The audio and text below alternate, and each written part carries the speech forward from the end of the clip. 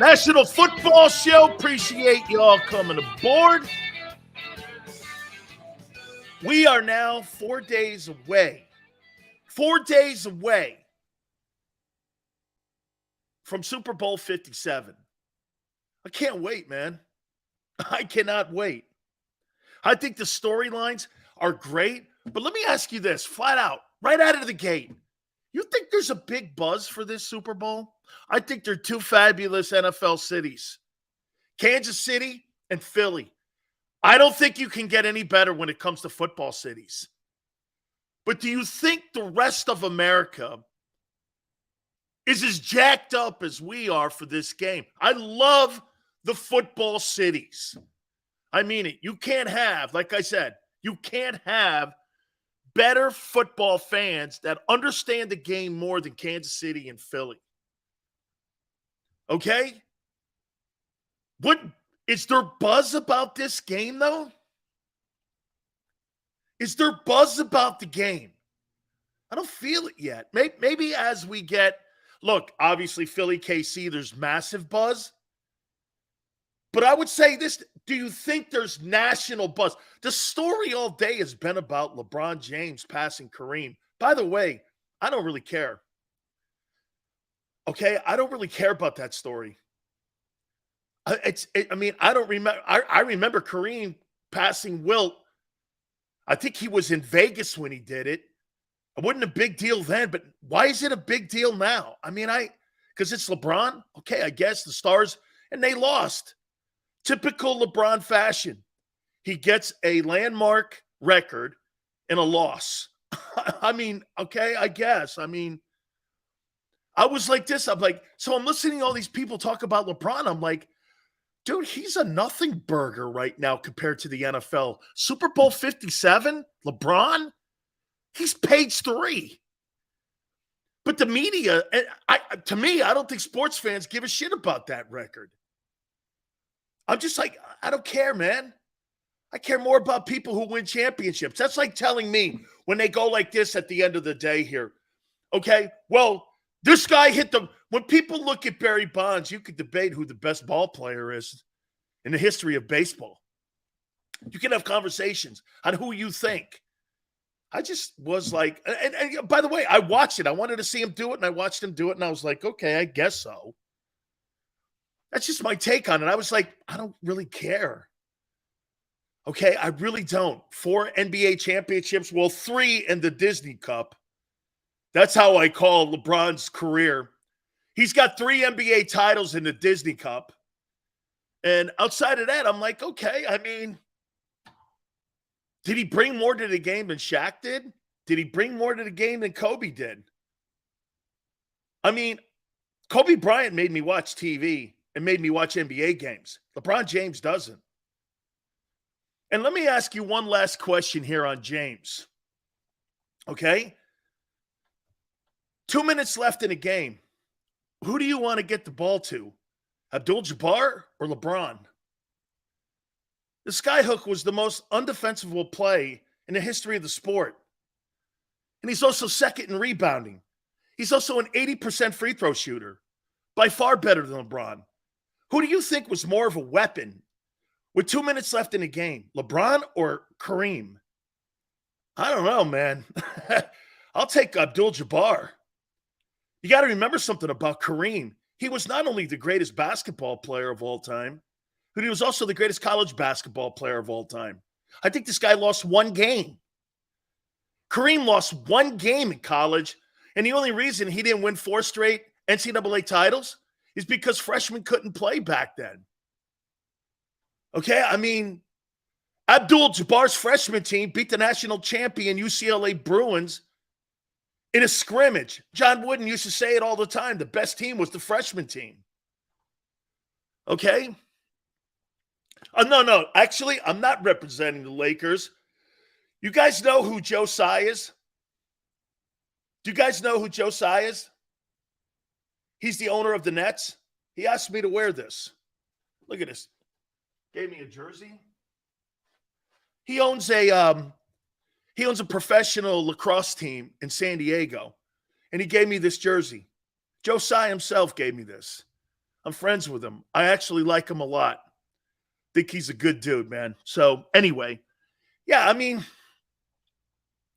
there just doesn't seem to be buzz about this Super Bowl. As we get closer to Friday, I'm assuming we're going to get there. All right.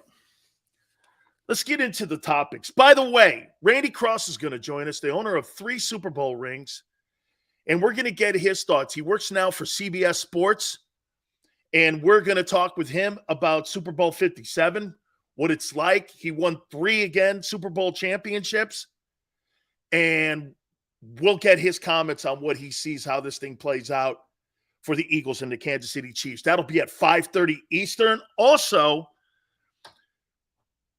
Dr. Bruce Grossinger is going to be with us at 5 o'clock. We're going to talk about the injuries to Avonte Maddox, Lane Johnson, and also Jalen Hurts. That'll be at the top of the 5 o'clock hour. All right.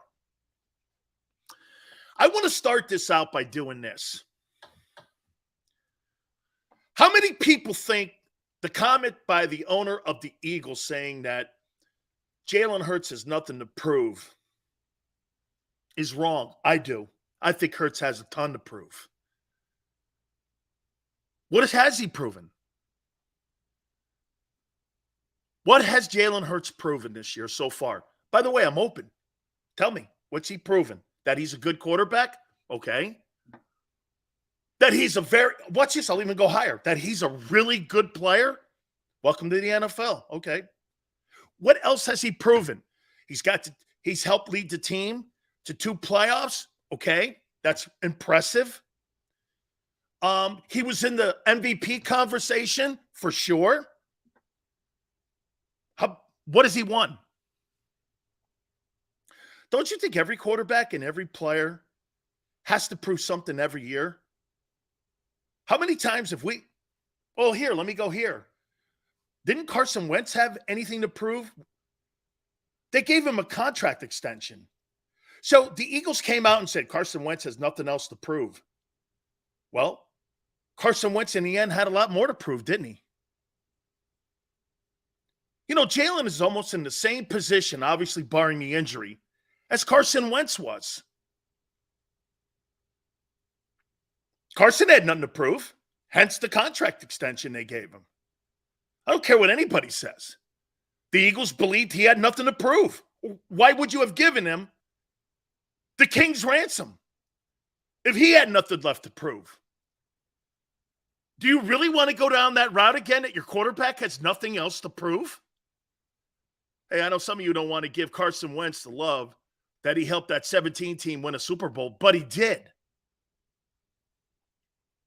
Carson Wentz had nothing else to prove to Jeffrey Lurie, because if he did, they wouldn't have given him that contract.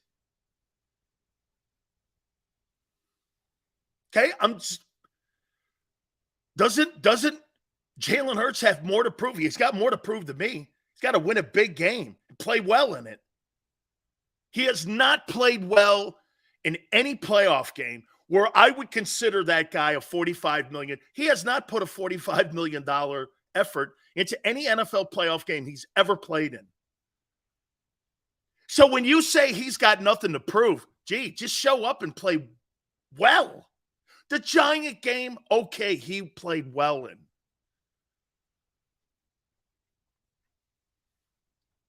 But where? He's got more to prove.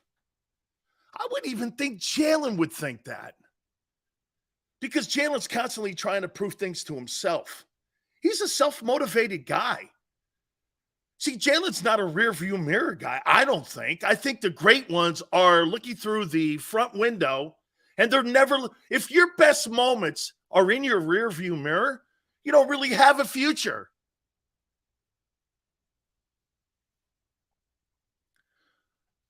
What did he do in the regular season? He gave him an opportunity to get to the Super Bowl. And again, there's a lot of people that do believe Jalen is the benefactor of a really great roster. He hasn't shown anything in big games. Nothing. And Seth and I went back and forth yesterday on this, and Seth doesn't think he has to play better than 133 passing and 49 yards rushing to beat the Chiefs because, again, that plays into what I said. He's on a really great team. Very few teams can play in a Super Bowl, in a conference championship game, where you don't have to get a great performance from your quarterback. There's no way on the planet Kansas City can win that game if Mahomes throws for 133 yards and runs for 49. There's not a chance. But in Philly, if he produces the same number in the NFC title game, the Eagles still have a great shot at winning that game.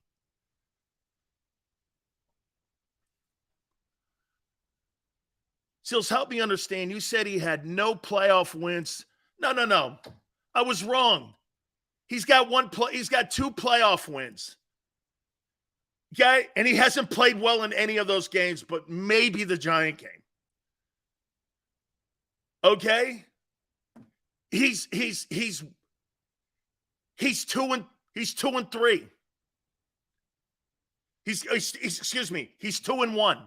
Yes. He's 2-1 in playoff games. Doesn't he have anything to prove to you? Has he played well enough for you to go, he has nothing for me? Honestly, here's the question. You think Jalen has played well enough in the postseason, in all of his playoff games? Do you think he's played well enough not for him to prove anything else to you? Whew. You got low expectations.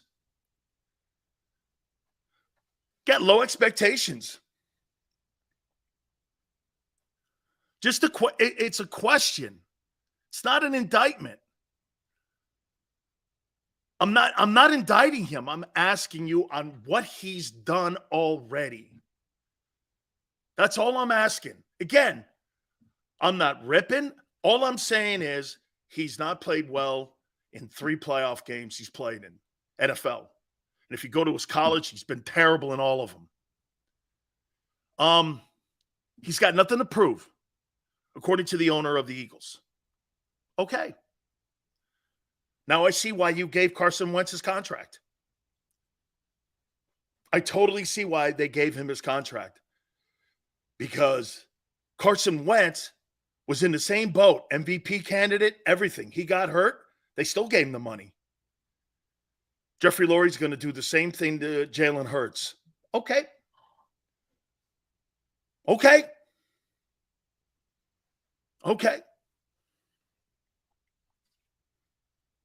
Nothing to prove. Here, let's ask the question. Does he have anything to prove? All Eagles, I agree with you, but if he has to turn up, do you think he can? Question of the day. I think he's hurt, all Eagles. I think he's hurt. And I think he's showing a lot of moxie playing through it. He told Peter King he's hurt. He guts this win out. Great for him. And you know what? I sit down and have a contract conversation with him because he did man up and he did do something that Carson Wentz refused to do in Seattle. You know what that was? Get back on the field. Do you understand that dynamic is playing out here? Jalen Hurts wants to play. Howie wanted Wentz back in that game in Seattle. There's a big behind-the-scenes conversation that there was a lot of, conversation that Wentz could have went back in, but didn't want to go back in. Jalen's playing hurt, and I give him the benefit of that. I completely do. I know some of you don't think I am. I'm completely giving him the benefit of that he's banged up. But he's still playing through it. Do I give him any kind of pass? I guess you can use that phrase. In some of the numbers? Yeah. I told you that. I've been telling you that all week. The reason I think he sucked in the NFC title game is because I do think he's still banged up. Okay? I do. He did great all season, but he still has everything to prove yet. I would think even Jalen would say something like that. Tony says Hurts will need surgery after the Super Bowl. I completely agree with you. Dude is playing limited and in pain. Correct. Jalen helped carry the team during the season. correct. And the team has picked up the slack. Everything Tony just said is exactly 100% right. Right there, Tony Mercer is 1,000% where the Eagles are today. They're such a talented football team that they've kind of carried their quarterback to the Super Bowl because of his injury. Is that fair? Jalen carried him all year, like Tony says. I completely agree with you. Tony, you're right. Jalen carried that team all year. Now they're carrying him. That's the benefit of having a great roster. Jeff Bone, what's up, brother? Passing yards are a function of variables, Forte says. Yes, because when you realize you're playing football against Christian McCaffrey at quarterback, yeah, you're right. The variable in that game was that Hassan Reddick in the defense destroyed the 49ers. Absolutely. Absolutely. 5-Star says leadership is a key piece to this. Hey, 5-Star, when Jalen's on the field, I do feel comfortable. When Gardner Minshew's on the field, I feel apprehensive. Is that fair? Jalen gives the sense of confidence when he's on the field. I agree. Minshew gives me the sense of indecision when I see him. Indecision by the coaches and the player. But when Jalen's on the field, you know why? Can I tell you why we feel comfortable with Hurts on the field? Because Jalen's decision-making has made it so. He even puts the coaches at ease. Jalen Hurts puts the staff in the sidelines at ease with the way he plays, the way he approaches it, the way he thinks himself through the game. The one thing that I'll continue to say that he's improved on massively has been how he sees the game and how he reacts to the game. The game is slowing more down for him than any guy I've seen from year 1 starting to year 2 starting. I know he's been in the league 3 years, but I think it's slowing down for him. His decision-making suggests this. This is not an opinion. I think anytime you watch Jalen Hurts play a football game, his decision-making, how many times have you come away from a game where you went like this and you were sitting there listening to Hurts and watching Hurts play where you went, man, that's really a great play call. And not realizing it's the player doing that because RPOs are not dictated by the sidelines. They're dictated by the guy under center. People in Philly, really, I'm shocked, especially the media people, that are giving Shane Steichen all this love when it's Hurts that's really the guy pulling the trigger in that offense. He's the guy, not just with his talent, but he's also the guy with his decision-making. RPO is not a sideline call. It's a huddle call. It's an in-play call. That's why we feel comfortable with him. That's why we feel comfortable. And he's done that all year, outside of being injured, obviously. But I will say one more time, to sit here and say on February 8th, 4 days before the Super Bowl, that he has nothing to prove, I'm sorry. Quarterbacks have everything to prove every year because you've got to warrant the money that you're going to make or you're currently making. You can look at Derek Carr. Derek Carr next Tuesday is owed $40 million. You know what the Raiders said? I'd rather have a lesser player build my roster than to have that on the books. Derek Carr has not been bad. Look at his numbers. Look at the organization. Mark Davis, John Gruden, the guy who killed someone, the wide receiver situation. All of that, all inside the Raider organization. The Raiders have been a train wreck. The whole AB, Mike Mayock. And he's played all in this environment and performed pretty well. But the Raiders are moving on from a $40 million decision that they regret. Okay? That they regret. because of what you said, explains why Jalen Hurts is the best all-around quarterback in the NFL. Damon, best all-around? Since you phrased it that way?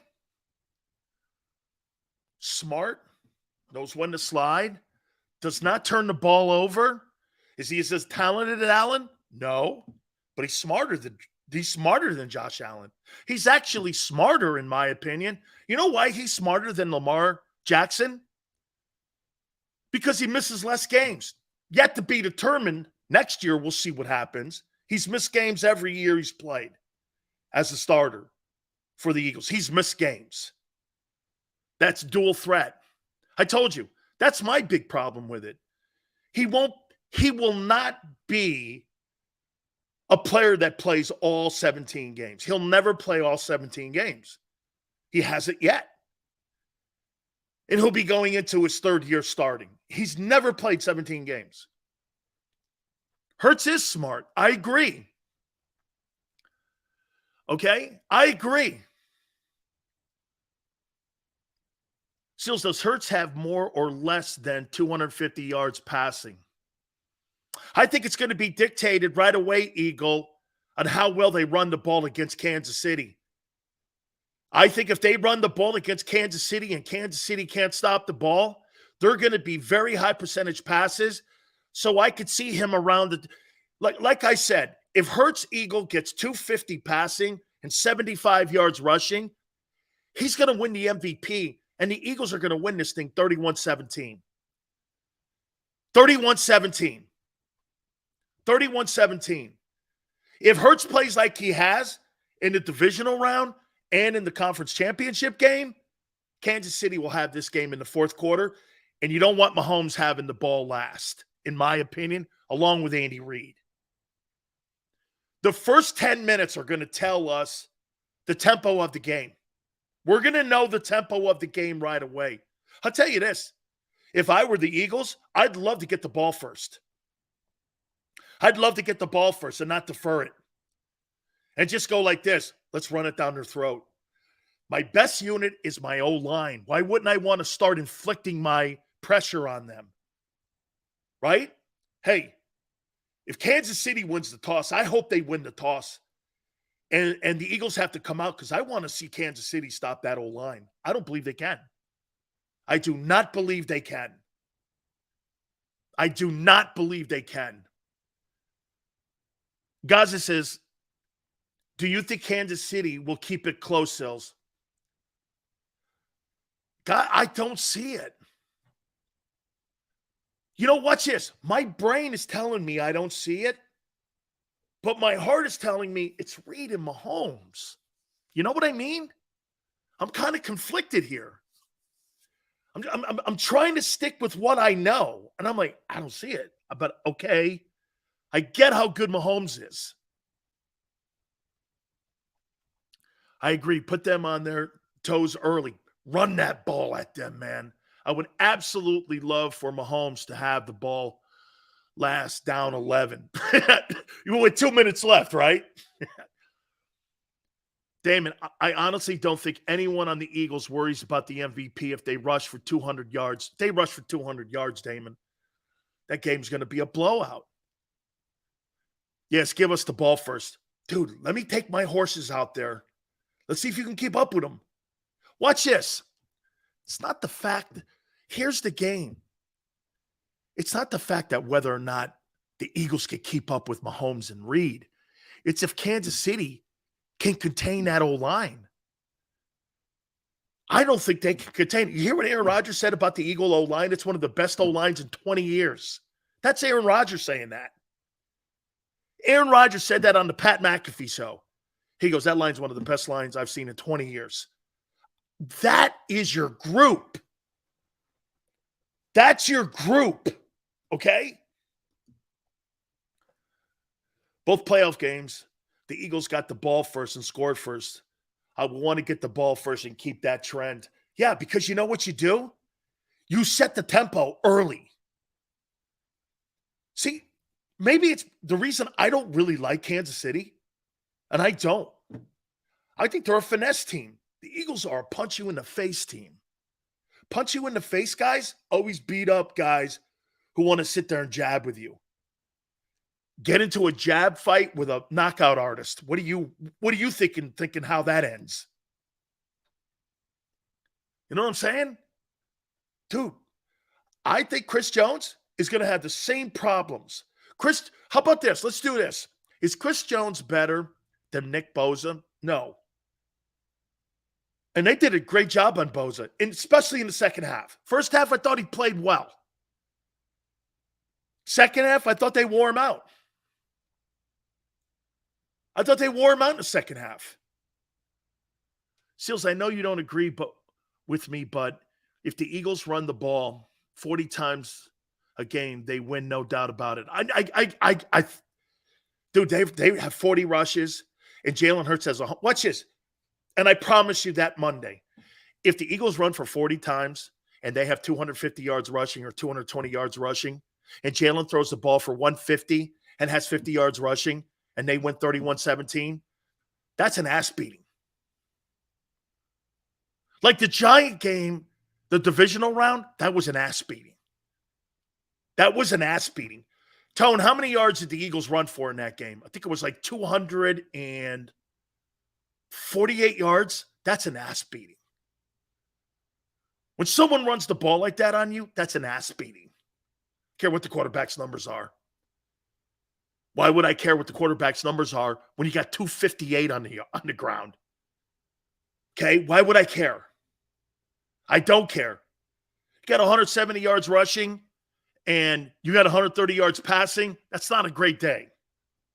Especially in a Super Bowl. That's not a great day, okay?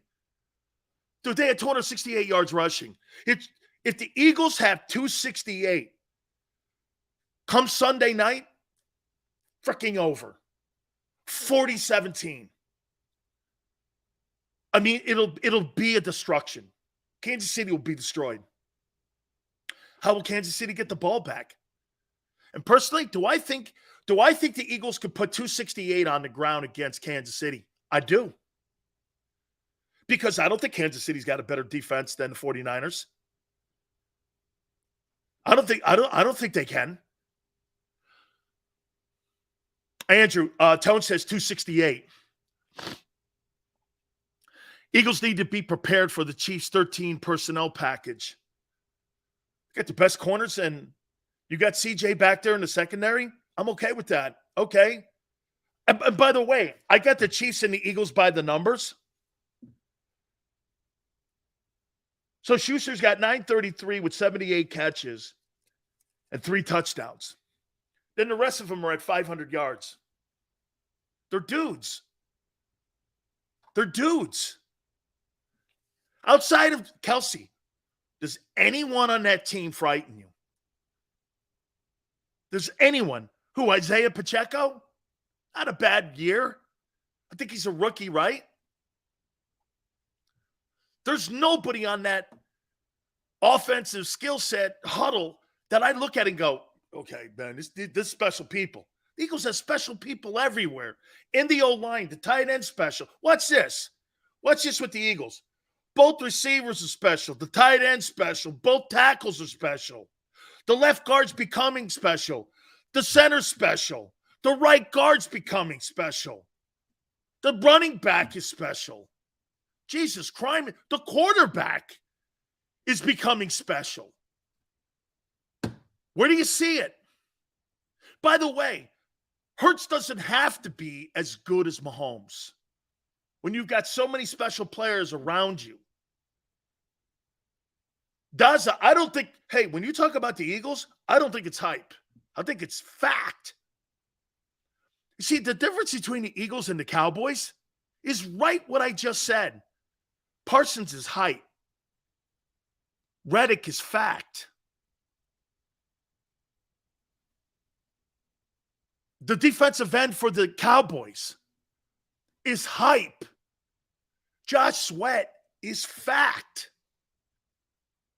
Josh Sweat is better than any defensive end the Dallas Cowboys have. He is.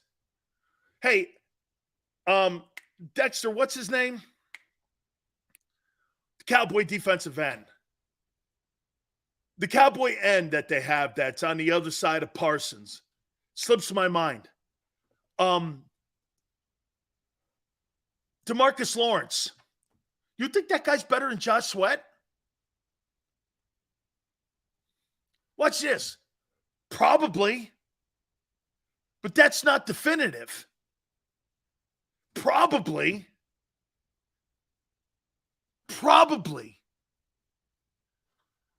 JoJo goes, 49ers were all hyped. No, they weren't.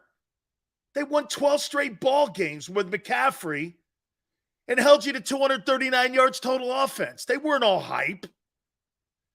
Dude, what I would have done, I would have put McCaffrey in the Wildcat and at least tried to do something offensively with that instead of doing that stupid shit they were doing. They may have even hurt the quarterback more. Sweat's underrated, man. DeMarcus Lawrence is overrated. Yeah, I mean, Sweat, by the way, I'm not paying Josh Sweat what they're paying DeMarcus Lawrence. Dallas always is overhyped. Eagles aren't overhyped. There's not a player on it. Watch this. Is Lane Johnson as advertised? Yes. Is Kelsey? Yes.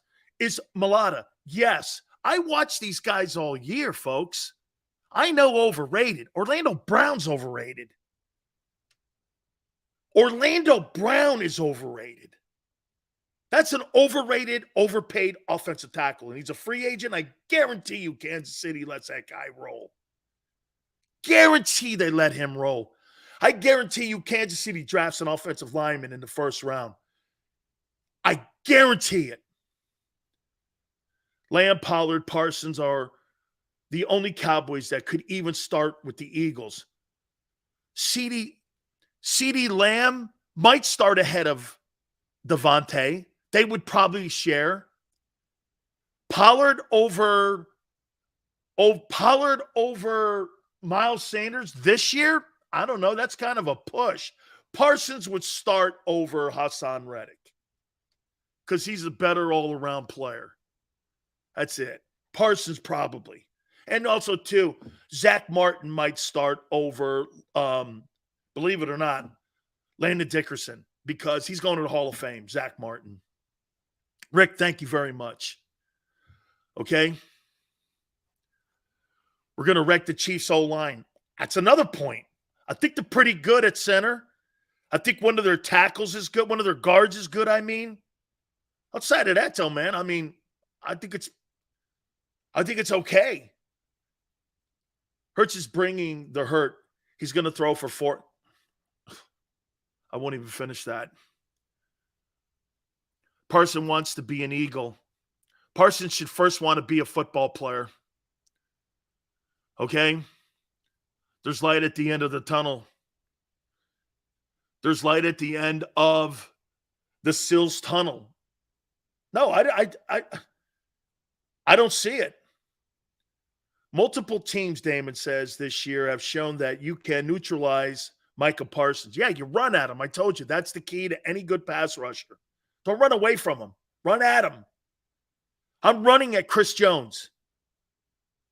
Did you see what Isaac Seumalo and Jason Kelsey did to the 49ers, the kid Armstead, and also the giant all-pro defensive tackle? They were non-factors. I think Seumalo and Kelsey are playing their best football of the year. I think they're playing their best football of the year. I think they're outplaying everybody on that O-line right now except for possibly Lane. I think Mulata's getting better. I think Mulata's picking the game up more. And I say that because of the injury, not because and picking more of the game up. You see him; he's getting better. The line is playing as I don't know. Well, let me circle back to what we started though. Jalen Hurts has a ton of shit yet to prove to me, and the most important one, dude, if you want to be considered one of those elite quarterbacks, win an elite game. That's the only thing you can do. Kirk Cousins won 13 games this year. Okay? Honestly, Kirk Cousins won 13 ball games this year. And no one looks at Kirk Cousins, and he put up big numbers this year. He put up big numbers. You got to win elite games to be considered elite. You just can't do what Jalen has done and call him elite. You can't. Jalen Hurts did not beat the – you think beating the Niners is 93 yards passing and 39 yards rushing. Congratulations to you, dude. That's a horrible game. He was horrible in the NFC title game. I know no one wants to hear that, but he was. His numbers dictate it. Okay? Hurts' shoulder is worse than advertised. Clifford, I agree. They will announce he needs surgery after the Super Bowl. I think he's got a rotator cuff issue. Shields, the Eagles have to win. No compromise. I think they're going to put their foot on them.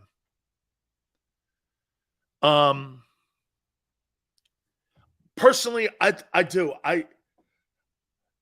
The Eagle defense, watch this. Okay. The Eagle defense versus the Chiefs offense. The advantage is where now?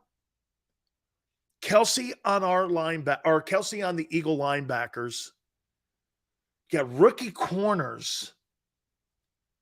And you got Mahomes. Okay. I guess. It seems like I'm stretching for Kansas City, though.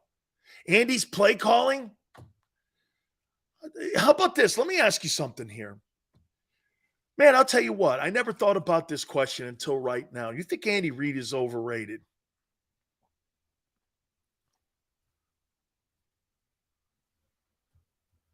Is Andy Reid overrated?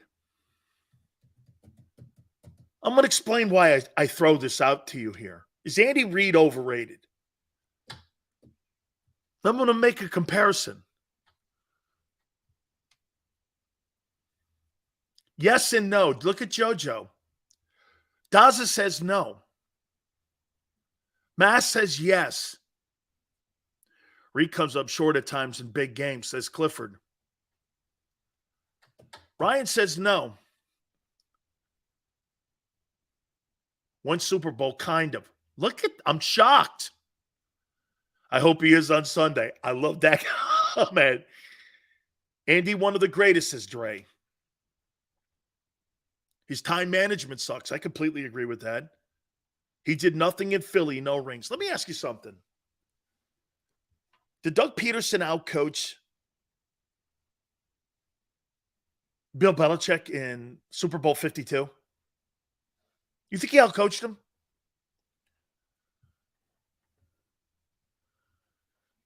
You think he outcoached him?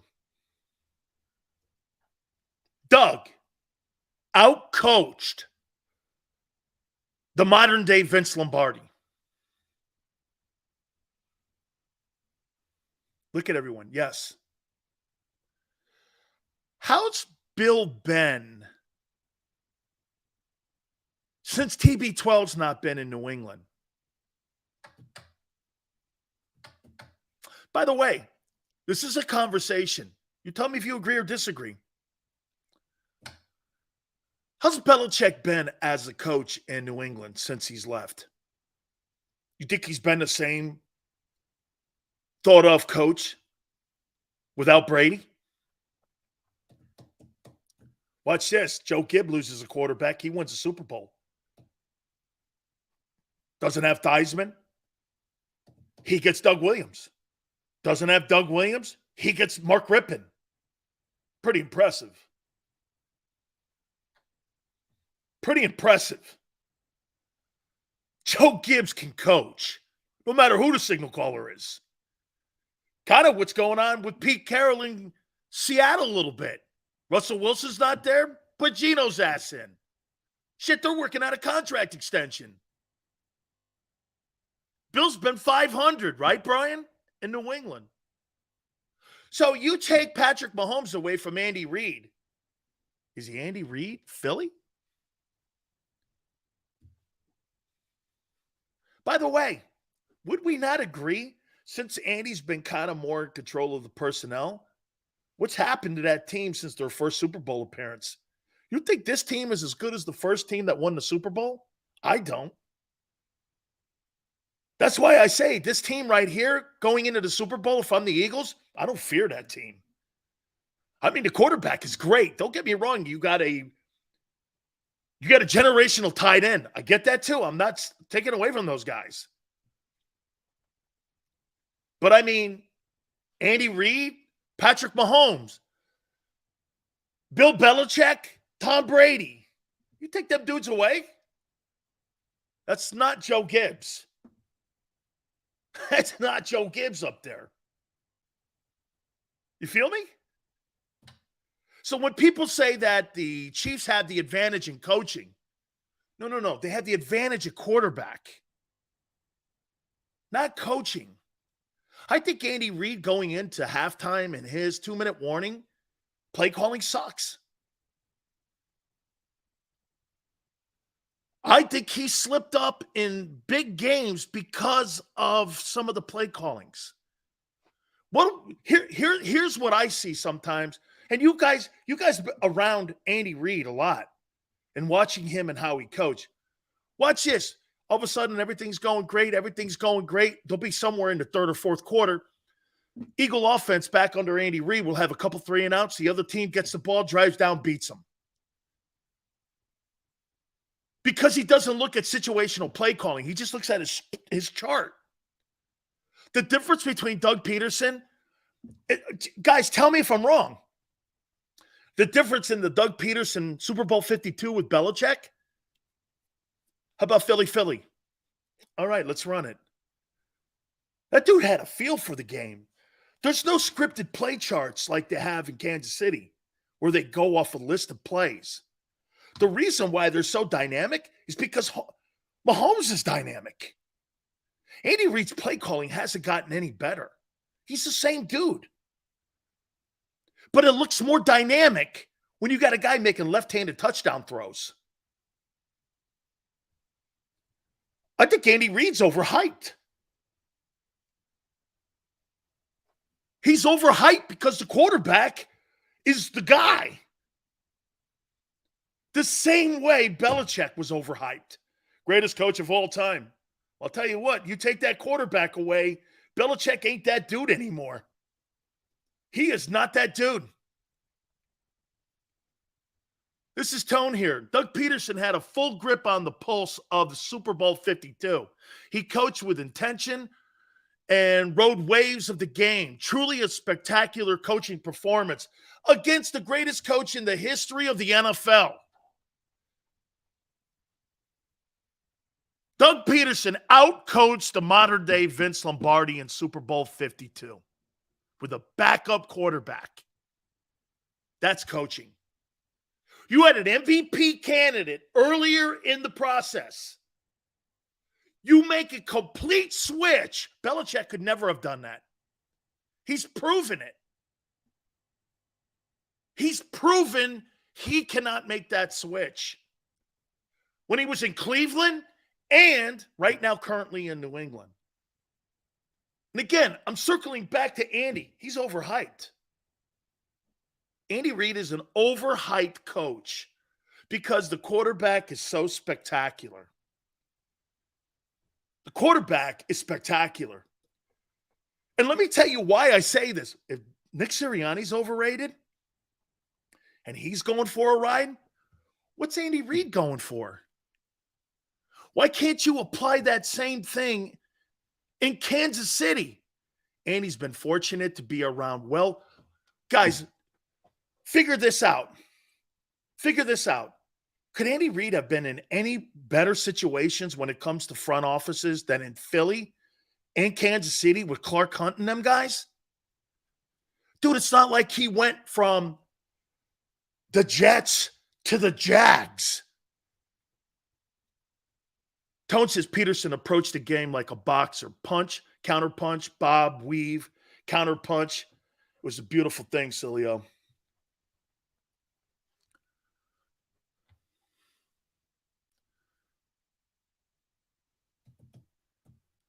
Andy's had great quarterbacks, yeah, and great front office. Doug Peterson coached the pants off of Bill Belichick. And Tom Brady. with a backup quarterback. It's got to be Brady's biggest defeat. I don't care what he says about them Eli games. Losing to Nick Foles has to be the biggest. That has to eat at him every day he wakes up. That one got away from him. Andy Reid. Is he a benefit? Oh, hey, here. Rick says, Jalen hasn't done anything like Allen Burrows. I'm not talking about those guys. Your owner, I'm talking about making a comment. You can bring those other guys into a conversation all you want. I'm not talking that. I'm talking about Hurts. You're going to pay Hurts. Stay on the rails with me. Stay on the rails. Okay? Brady admits the full Super Bowl hurt him the most. He said it at the Capital One golf tournament when he was mic'd up. I would bet that, no question, he was that. I would say this to you about Andy Reid.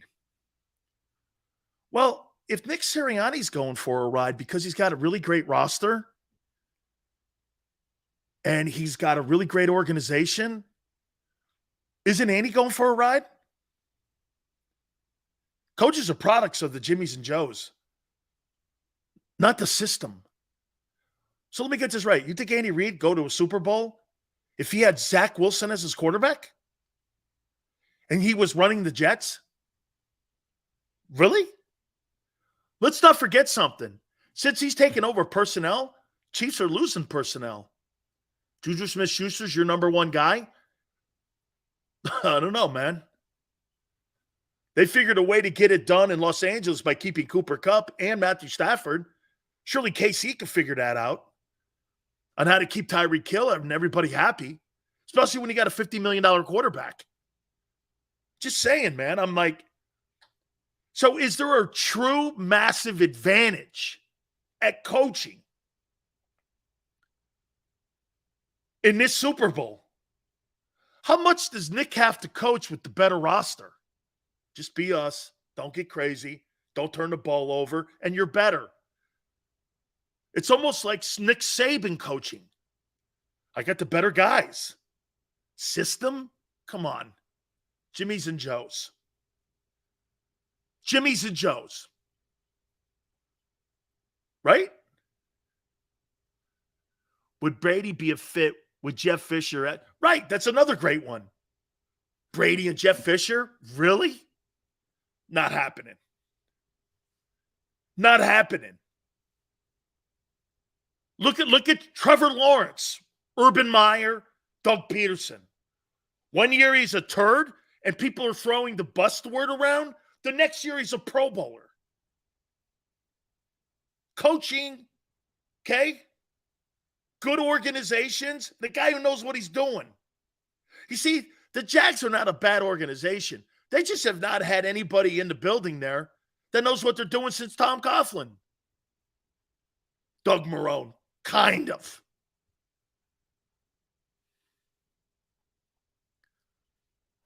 Drake goes, yeah, but what you're forgetting about Andy Reid, the quarterback guru, thinks about all the things he did with different quarterbacks part of the season. Reason why Patrick is so good because of coaching. Really? So you're trying to tell me you don't think Sean McVay could get the same shit out of Patrick Mahomes that Andy Reid gets out of him? Sean McVay, the Rams head coach. You don't think Sean McVay could get that guy to Super Bowls? I do. You don't think that Pete Carroll could get that guy to a Super Bowl? Shit, he got Geno Smith to the playoffs. Okay? Tom Coughlin a better coach than Bill Parcells? I don't know. He got the same resume to me. Both won 2 Super Bowls with the Giants. One's got more wins. What's Bill done? Bill never won a Super Bowl without Belichick on his coaching staff. I don't know. You tell me. Cody goes, McVay's overrated. Sean McVay's 36 years old, and he's been to 2 Super Bowls and won one of them at 36. He's 36, 37 years old. And he's got 2 NFC championship games. And he's got 1 Super Bowl win. He's overrated. Okay, well, I'm not sure what that means, dude. Okay, you got 2 conference title rings and a Super Bowl ring, and he's overrated.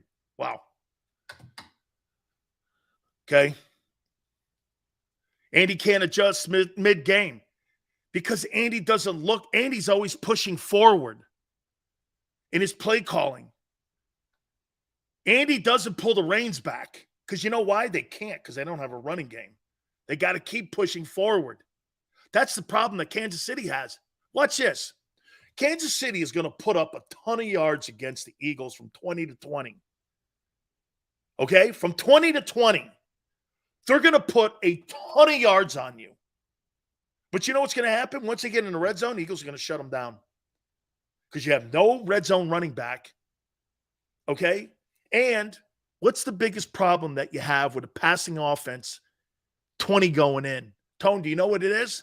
What's the biggest problem with a pass-happy offense without a running game on the 20-yard line going in red zone? What's the biggest problem you have? That the Eagles have no problems at this. What's the biggest problem you have when you're an offense like Kansas City? Biggest problem, you guys know? This will be a problem in Kansas City on Sunday. Sean's right there, space. He's right, back of the end zone. The back of the end zone is your 12th defender.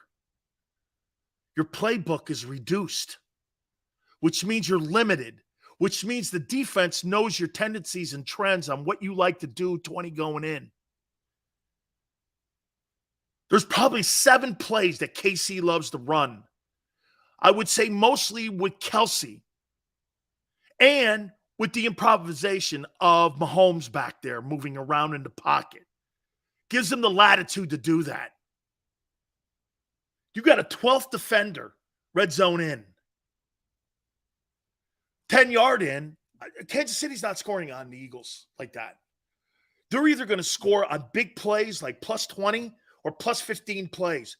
You think you're going to just charge down the field on the Eagles. You're not going to do that. Because when you get to the 20 and then to the 10, Kansas City doesn't have the propensity to be able to get that ball in the end zone because they don't have a power game. They just don't have the power game. We're going to go by the numbers at the top, and I'm going to prove a point to you. Okay, so, I mean, to me, there's so much to prove for this Eagle team. Can you put an elite quarterback away? Can Jalen play an elite game? And star in an elite, I'll tell you this, if Jalen Hurts stars in an elite game, all the stuff is over with.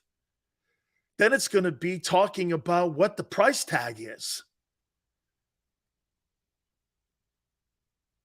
This is a game.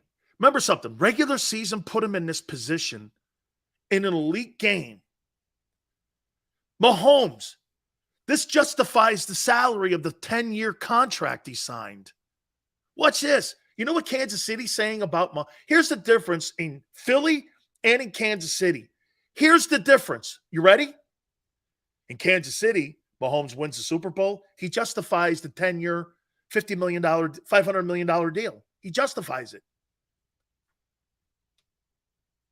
In Philadelphia, if Jalen wins it and plays well in an elite game, they're going to have a conversation about how much. Right now, they don't. Shit, the Eagles can make a very strong case. He didn't play well in the postseason. Can make a strong case for it. That the roster in the postseason has pulled them across the finish line because of injuries, what have you. They'll bring that up and play that against them too. Hey, you're hurt. Well, that's part of it too, Jalen.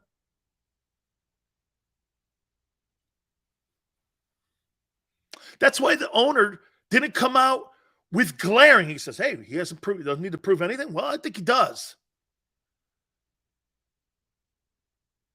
You just have to be eye discipline against Kansas City. Reed is known for a lot of window dressing. T-Car is on it. T-Car, here's the deal. You have to read your – I tell young players this all the time. You ready?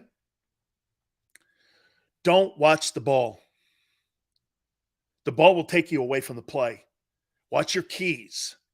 Your keys in front of you will always take you to the ball. If you understand splits, if you understand guards sitting back, if you understand 3 wide sets, 2 tight end sets, a brown set, a red set, short side of the field, middle of the field, tendencies of what they like to do on the 30 going plus 40, back on their own end zone, 35, minus 35 going out, what they like to do, if you do enough of that, you're going to have trends and tendencies inside your head, and then they're going to match up with the keys. Tight end flashed across my face. I knew it was a wham play. Here, I'll give you a great one. I see a guard like this. If I see a guard pull out and go like this, you know what my first thing is? Not to go with them. It's to look back inside because they're trying to trap me. Especially if I'm reading his splits and I'm reading the depth that he's at. All of this plays, it's a chess set. That's why guys like Randy Moss used to aggravate me, because if the play wasn't come to him, you know what he would do? Take the play off.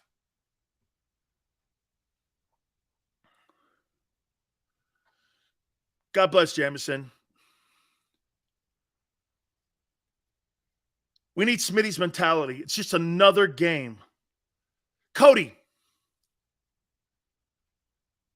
how I would look at a game like this, the Super Bowl on Sunday for the Eagles, I would look at it like this if I was Nick Sirianni. It is another game, but it's the game. All the weeks of training camp, all the weeks of practice, all the weeks of games, all the regular season games, the postseason games. Do you know what this comes down to? 60 minutes of football. For all the things we went through this year, it comes down to this game. If you don't win this game, the season's lost. You play football to get to the final. You want to be the last guy that has the last win of the season. There's only one of those guys. Don't let history pass you by. You got a chance at history. Don't let it pass you by. I can't tell you how many times I'm right here and it just slips through your hands. For me, it was a national title game. Played my greatest game of my collegiate career. Led the team in tackles. Started it off with a sack. And we lost. And we would have been considered the greatest team in the history of college football and the most revolutionary team of all time. We're still considered that. But it would have been the cherry on top. Our backups won the title the next year. Don't let history slip through your fingers, man. You'll regret it the rest of your life. You'll regret it the rest of your life. Dude, you don't remember the wins. You remember the gut-wrenching losses. You know, most of you guys don't bring up 17 to me. You know what you bring up? 04. 02. You guys bring that up to me. Those years. Damn, Sills. What do you remember more? The Bucks beating you, the final game at the Vet? Is that one that has a lot of passion in you? Or the Super Bowl? Or maybe it's the same. Man, we could have had another one. We should have had another one. You let the Bucks beat you with my guest yesterday, Brad Johnson? How's that? You had Donovan McNabb. Brad Johnson beat you? No disrespect to Brad. I love him. But Brad Johnson beat you in your own place. Come on now. Right? Tell me that doesn't stick in your craw. Okay? Jameson's like, should have had 3 Super Bowls with McNabb. All right, I'm going to go Eagles by the numbers and also Chiefs by the numbers. Also, the NFL Honors has a prediction on who's going to win all the awards. I vote on this. This is a big deal here. We're also going to get, again, don't forget, Dr. Bruce Grossinger is going to be with us. We'll get an update on the Eagle health as they head into Super Bowl 57. Randy Cross, the owner of 3 Super Bowl rings, works for CBS Sports. He's going to be working the game as well. Guys, I think this is a great opportunity for the Eagles to take this game apart. I'm trying to give Kansas City the benefit of the doubt here. I don't know. Hour number 2. Keep it here on the National Football Show. When it comes to the fight against insurance companies, large corporations, and the healthcare industry, injured victims are always the underdog. But that doesn't worry us. At Messa & Associates, we're an injury law firm from Philadelphia, and we come to fight. Our clients know that they've got representation with a chip on its shoulder, and it's the same chip that makes Philly the toughest city in the country. Call 215-568-3500 or visit us online at messalaw.com. Messa & Associates, the toughest injury firm in Philadelphia. Post-game show with Seth Joyner. I knew that they had a running game. Derek Gunn. He has put in the effort. Devin Caney. Had we not won the Super Bowl, what would we be saying? And Mike Missinelli. Well, you know who Philly is. Post-game, now streaming on the 6ABC family of apps.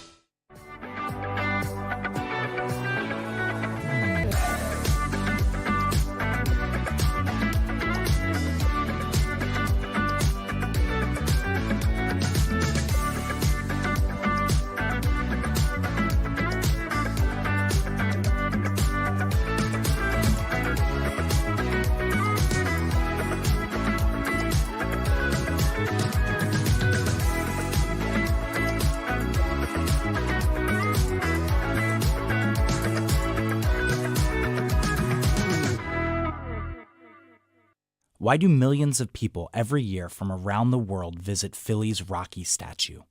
You want to tell me the sky is burgundy with green stripes and yellow polka dots? I'll meet you on that. But you're never going to convince me Rocky is anything other than the pure greatness that it is. Never going to happen. Join me, Paul Farber, for WHYY's The Statue. We're going on a journey to explore the biography of the Rocky statue. Find us wherever you get your podcasts.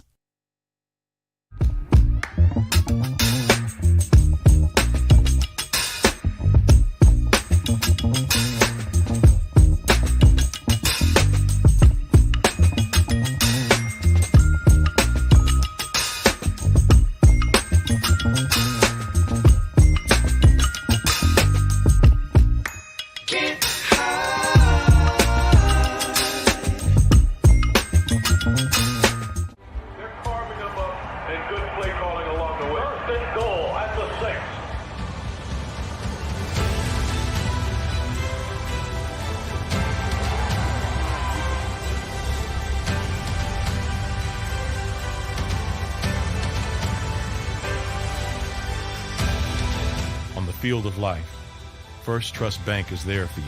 Champions on 3. 1, 2, 3. Because Philadelphia dreams deserve a Philadelphia bank.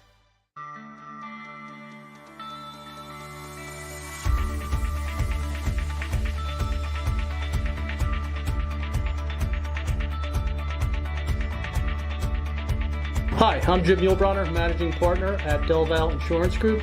Give us a call. We're a local, knowledgeable agency, not an 800 number. Go Birds!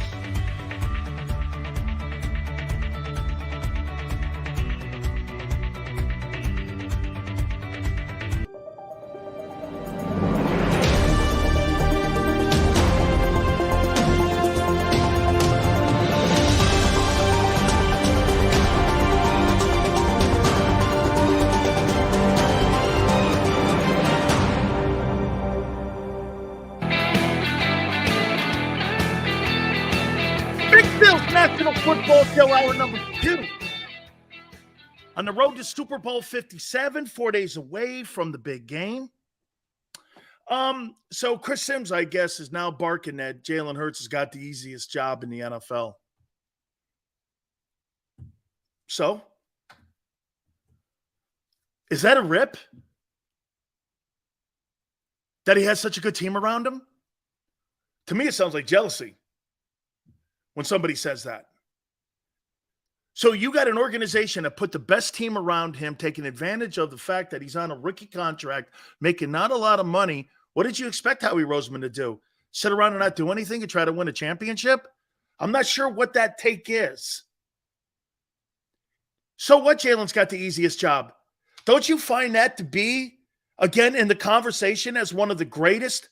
You know, the Eagle roster might be the greatest roster since the salary cap started.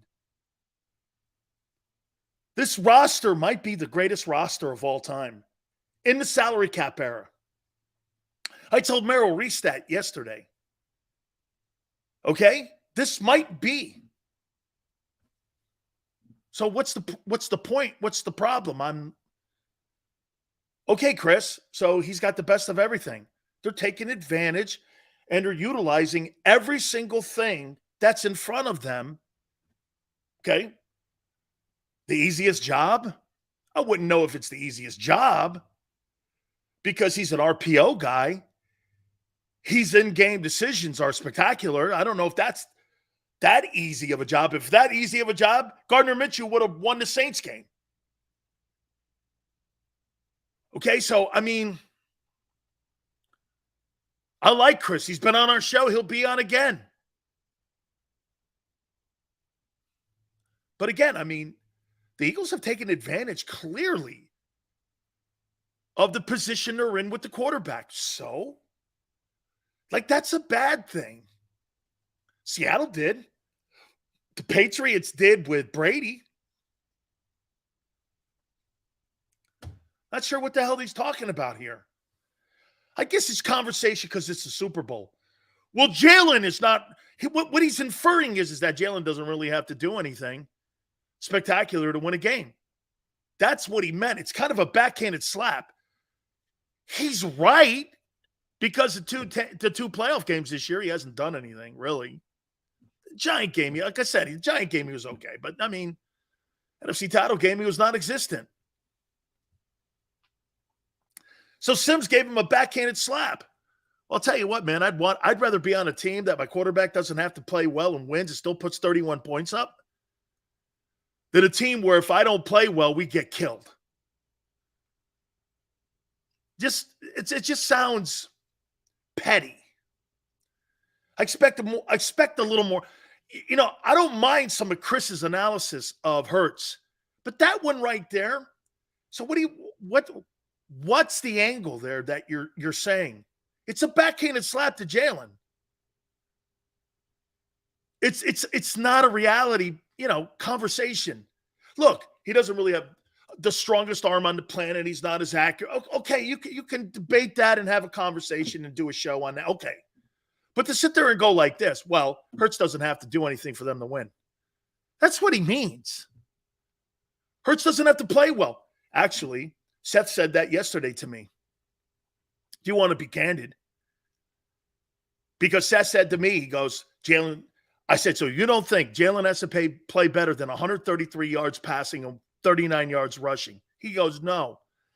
That bleeds into Chris Sims' comments. I think he does have to play better to beat Kansas City. I do. I don't think he can throw for 133 yards and have 39 yards rushing and then beat them. I think it's a fourth quarter. If he has those same numbers that he had in the NFC title game, that's a fourth quarter game and Mahomes will get a chance to win the game. Okay? If Jalen has the same numbers he had in the NFC title game, it's a fourth quarter game. It's a fourth quarter game. Because Mahomes is better than Brock Purdy. Okay? You see what Robert? Then Robert is playing right into what Chris Sims is saying. Robert goes, I agree with Seth. So Jalen doesn't have to play well for the Eagles to win. Okay. So you agree with Sims then? You agree with Sims and Seth that he doesn't have to play well for them to win. Huh. How many times have we ever seen a quarterback not play well and the team wins? Dilfer, I guess. I don't think Mahomes has really played great in Super Bowls either, though. I think he had a really good quarter against San Francisco a couple of years back. Okay?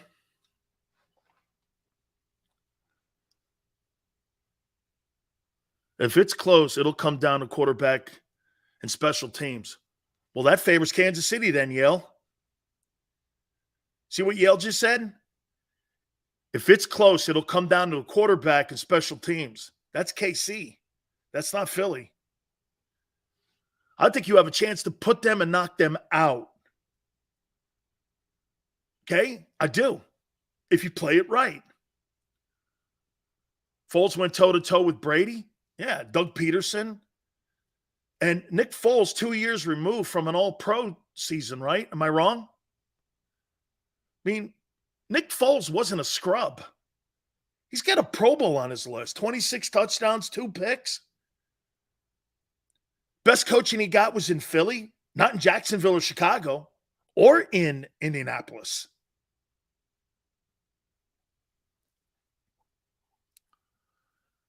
See, well, real. Jalen didn't play like Jalen in the Giants and Niner game, and you won. He hasn't put up numbers at all, actually.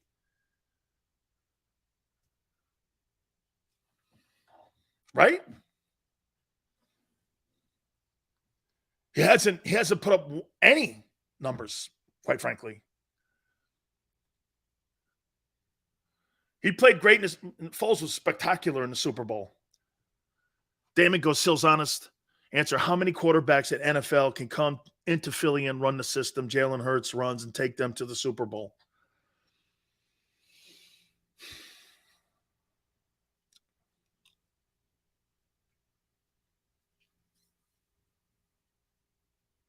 Here's why that's more, Damon.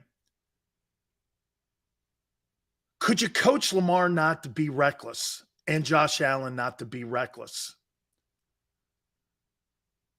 And throw the ball away and be smarter. Jalen's smarter than those two guys. He's not better. He's smarter, though. He relies on the players around him more. I think he trusts his players more. I think those other two guys, they kind of trust everyone, but they trust themselves more. Jalen doesn't play ball like that. Jalen looks at everybody in the huddle, has a vital part, I think like Brady, on a team's success. That's why sometimes, let me tell you, do you guys remember what I said to you? One of the fundamental things that I saw this year that made me know that this guy's a little bit different than everyone else. What was that? Jalen's running towards the sidelines. Instead of taking a minus play, what does he do? Tosses it out of bounds, an incomplete pass. That counts against his percentage. So when you look at some of the numbers at the end of the game, and you don't know about the throwaways he had because he didn't want to have minus yards, where some of the other guys just run out of bounds. Because you know why? They don't want that stat against them when it comes to completion percentage. Because they're kind of paid on that. Jalen doesn't look at it like that. It's all about positive yardage. I'm going to make a comparison to you guys. Okay? And you tell me if you buy this. The two quarterbacks that are in this game on Sunday. Yeah, you tell me what you think of this comparison. Jonathan, thank you.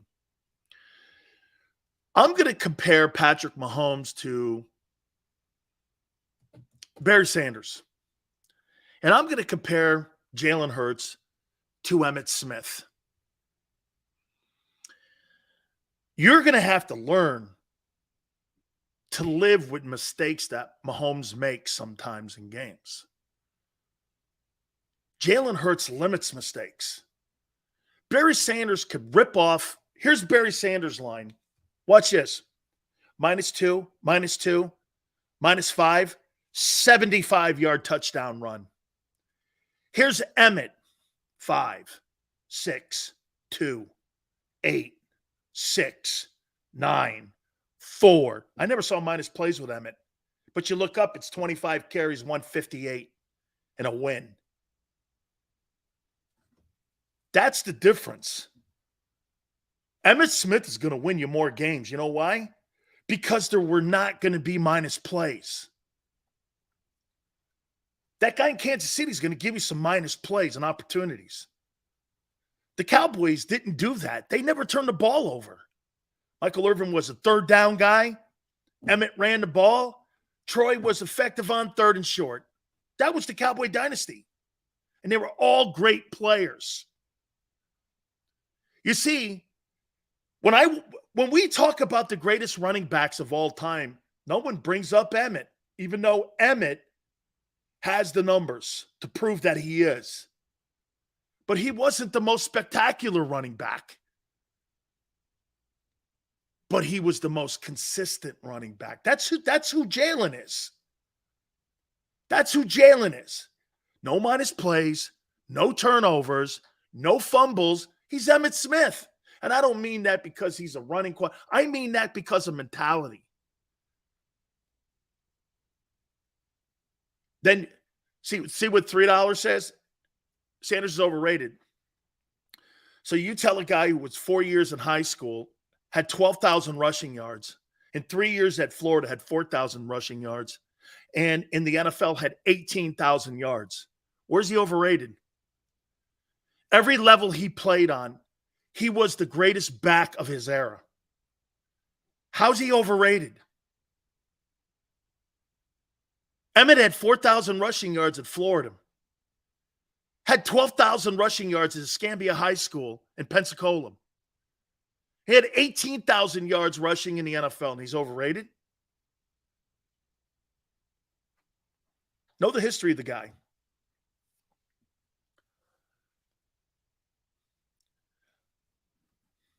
See this? Look what Joseph says. If Sanders had Dallas's O-line, yeah, but get this.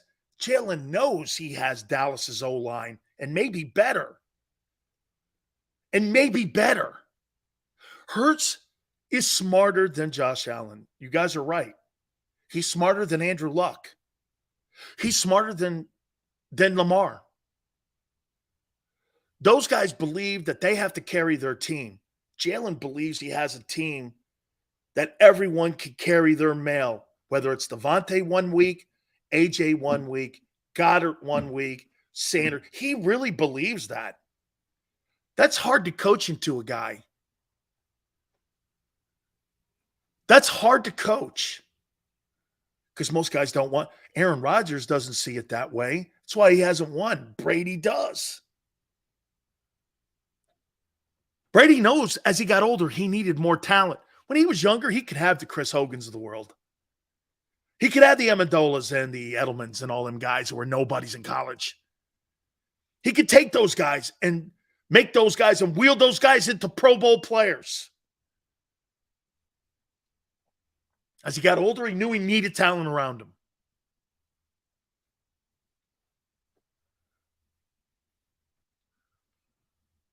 Peyton's the best all-around back ever.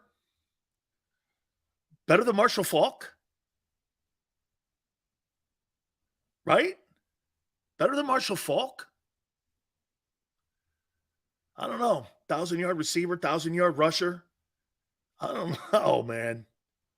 Marshall Faulk was a special ball player. Can you imagine Marshall Faulk in today's NFL? Catching 90 passes for 1,000 yards and running for 1,500 yards? What would you pay him? $25 million? You could. Can you imagine that? Having to pay a guy like Marshall Faulk today? Make $25, $30 million. I like Walter too. I played against Walter's final game at Tampa Stadium, 87, when they came down and played the Bucs. That was his final year. Unfortunately, it was the strike season. All right, I'm going to go Chiefs and Eagles by the numbers. I think if you look at this sheet, one of the things you look at, and you're like, it's glaring, one-sided. It's glaring. Mahomes, 6,048 attempts, 435 completions. And I've said this to you before. This guy almost has as many completions as Jalen Hurts has attempts in passing. 5,250. Had a 67% completion percentage, 41 touchdowns, 12 picks, 105.2 quarterback rating. Insane numbers. You get away from that insane number and you come down to this, rushing. Isaiah Pacheco, 170 carries, 830, 5 touchdowns, 5 yards a clip. That's a result of the quarterback. Hey, guys, do me a favor. Okay, do me a favor. Is this kid Pacheco he's a rookie, right? Is he a rookie? I think he's a rookie. Receiving, Kelsey, 110.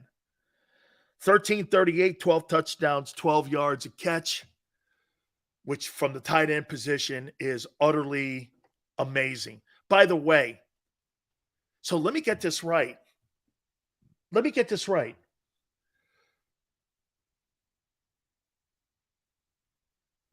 guy's a 7th rounder and they got 2 rookies starting at corner in Kansas City. Wow. Did they have a good draft? Kansas City had a good draft. 2 corners are started. The kid McDuffie, who you guys hated, I wanted to be on the Eagles. Remember you guys go, oh, McDuffie sucks. The kid from Washington, I'm like, that kid's good, man. You guys hated it. You said, I hate the guy. I hate that pick. And the guy's starting the Super Bowl. I don't know. Where's Jordan Davis? He's probably at a White Castle. Here's the second guy, Juju Smith-Schuster. 78 catches, 933, 3 touchdowns, 12 yards a catch. Today's NFL? Mediocre. 17 games? What's that? 50 yards a catch? Or 50 yards a game? 45 yards a game? What is that? That impact? Juju Smith-Schuster would be number 3 on the Eagles. Right? He'd be number 3. Let's look at the Eagles now. I mean, look, Kelsey and Mahomes. Rest of them are dudes. Juju Smith-Schuster scares you? Who? So Juju Smith-Schuster scares you against CJ or Bradbury or Slay? Not me. I'll take any one of the Eagle DBs over that guy any day, any night. Shit, I'll take him in a card game, let alone on a football field. Come on, man. Juju Smith-Schuster, who's never been more than a number 2 guy in his entire career. You're concerned about a number 2 guy. Well, shit, man. You must be petrified of the Eagle offensive guys then. Okay? Here's the Eagle guys by the numbers. Hurts, 306 completion, 66.5 completion percentage, 37.01, 22 touchdowns, 6 picks, 101.6 quarterback rating. Very solid passing. Spectacular, no. Solid, yes. Rushing, Sanders, 259, 1270, 11 touchdowns, 5 yards a carry. That's exceptional. That's exceptional. So I've already gone from really good from Hurts to exceptional in the running back. Then you add Hurts' numbers, 165, 70, 760 yards rushing and 13 TDs, 4.6 a clip. Dude, that running game is exceptional. Exceptional. And the quarterback in the back is exceptional. Like the running game in Kansas City, 830. Shit, Jalen Hurts is a better runner. Watch this. So Isaiah Pacheco, 170, 835 touchdowns, 4.9. Jalen Hurts, 165, 5 less carries, 760, missed 2 games, 13 TDs, 4.6 a carry. I don't know. Sounds like the same guy. So you got the talent of Isaiah Pacheco at quarterback, and the guy can throw the ball. I don't know, man. You better have a lot of guys spying this dude.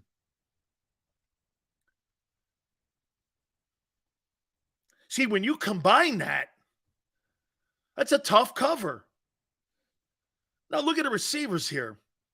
And by the way, I didn't even add the 700 yards receiving by the tight end. A.J. Brown, 88 catches, 1,500 yards, 11 touchdowns, 17 yards a clip. Dude, that's an A-plus player. That's a franchise receiver. That's a guy when you bring up Devontae Adams, you got to bring up AJ's too. You got to bring up, hey, if you talk DK Metcalf, you got to talk him. If you talk Deebo Samuel, you got to talk him. He's in that conversation. You've Justin Jefferson and Jamarcus Chase, maybe they're different. And Tyreek Hill. Maybe those three guys are a little, I don't know, man. Jefferson or Tyreek Hill, I'll take Jefferson. Then again, Hill's won a Super. That's a tough one.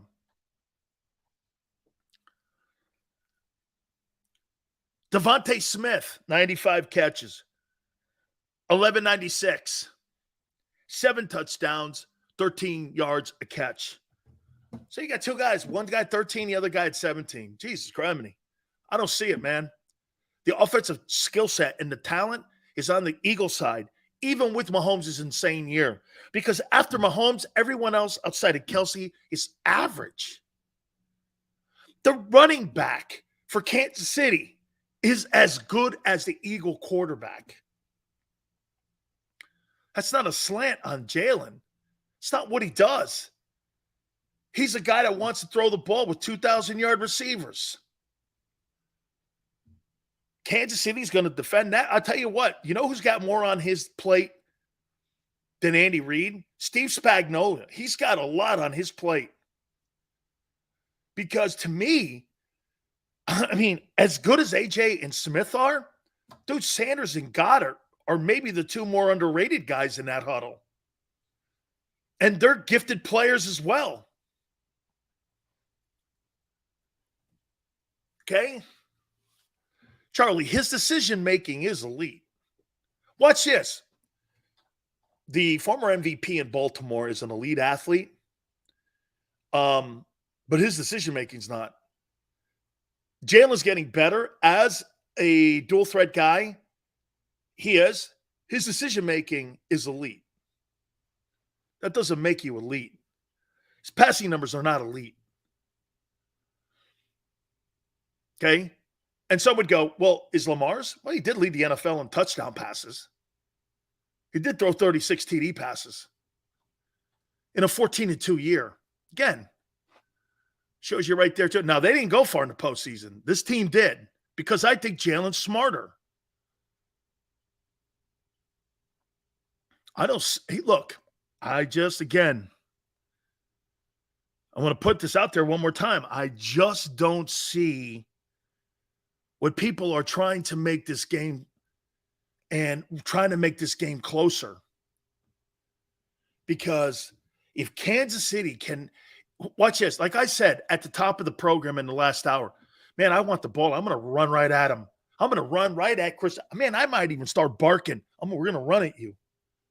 So if I were you, I'd get ready. We're going to run at you. And if they could stop the run, slow it down in any way, this will be a closer game. But if tempo is set early by the Eagles, man, you'll be drunk by halftime. You'll be drunk by halftime.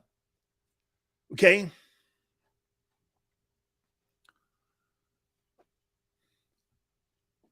Nine Lives goes, Sills, what about the Eagle defense? You're going to struggle on Kelsey. But what I would do on Kelsey, I'd crowd the line of scrimmage. Make it hard for him to get off the line of scrimmage. Hit him.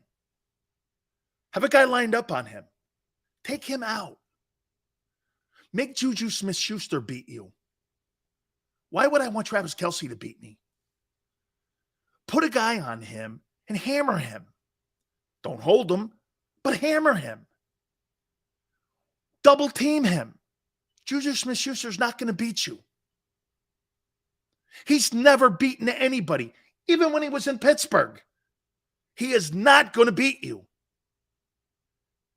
Don't let Kelce get off the line of scrimmage. Hammer him. Beat him down. Run at Chris Jones. They have 2 guys outside of Mahomes. 2. The Eagles have 5. I think personally, Steve Spagnuolo better play more of a loose zone defense. Make Jalen pass the ball to beat you. Don't get that running game going. Run you off the field. You'll never get the ball. See, here's the thing. If you're in a passing game and the Eagles get out and have a couple 3-and-outs, you help Kansas City stay in the game. You run the ball and they have 15 plays in the first half to kill them. Can you imagine if the Eagles hold the Eagles to 20 or the Chiefs to 20 plays in the first half? That'll be a train wreck for them to have to adjust to that.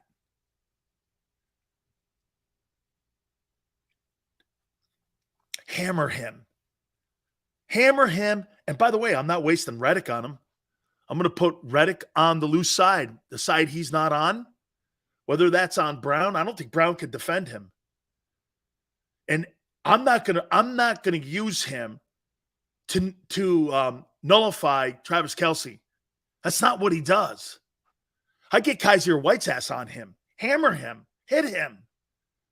Don't let him off the line of scrimmage. Double him. Have Avante come down and sit on him. Don't let Travis Kelce beat you, because he can beat you. He can beat you. Seriously, guys. Is this, am I, surely the Eagles see this. Run at Jones. Double team Kelce.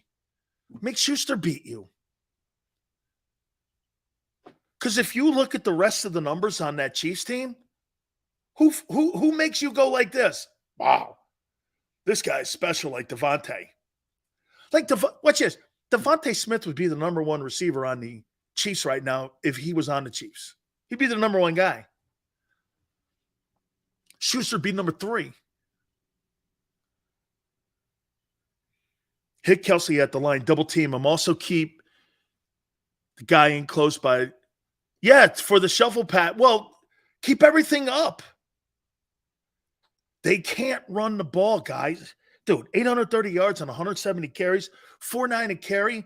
Okay, 830 yards. What's that? 55 yards they're going to get out of the kid? What's that, like 50? Here, I'll tell you exactly. So who's worried about this? Who's worried about this?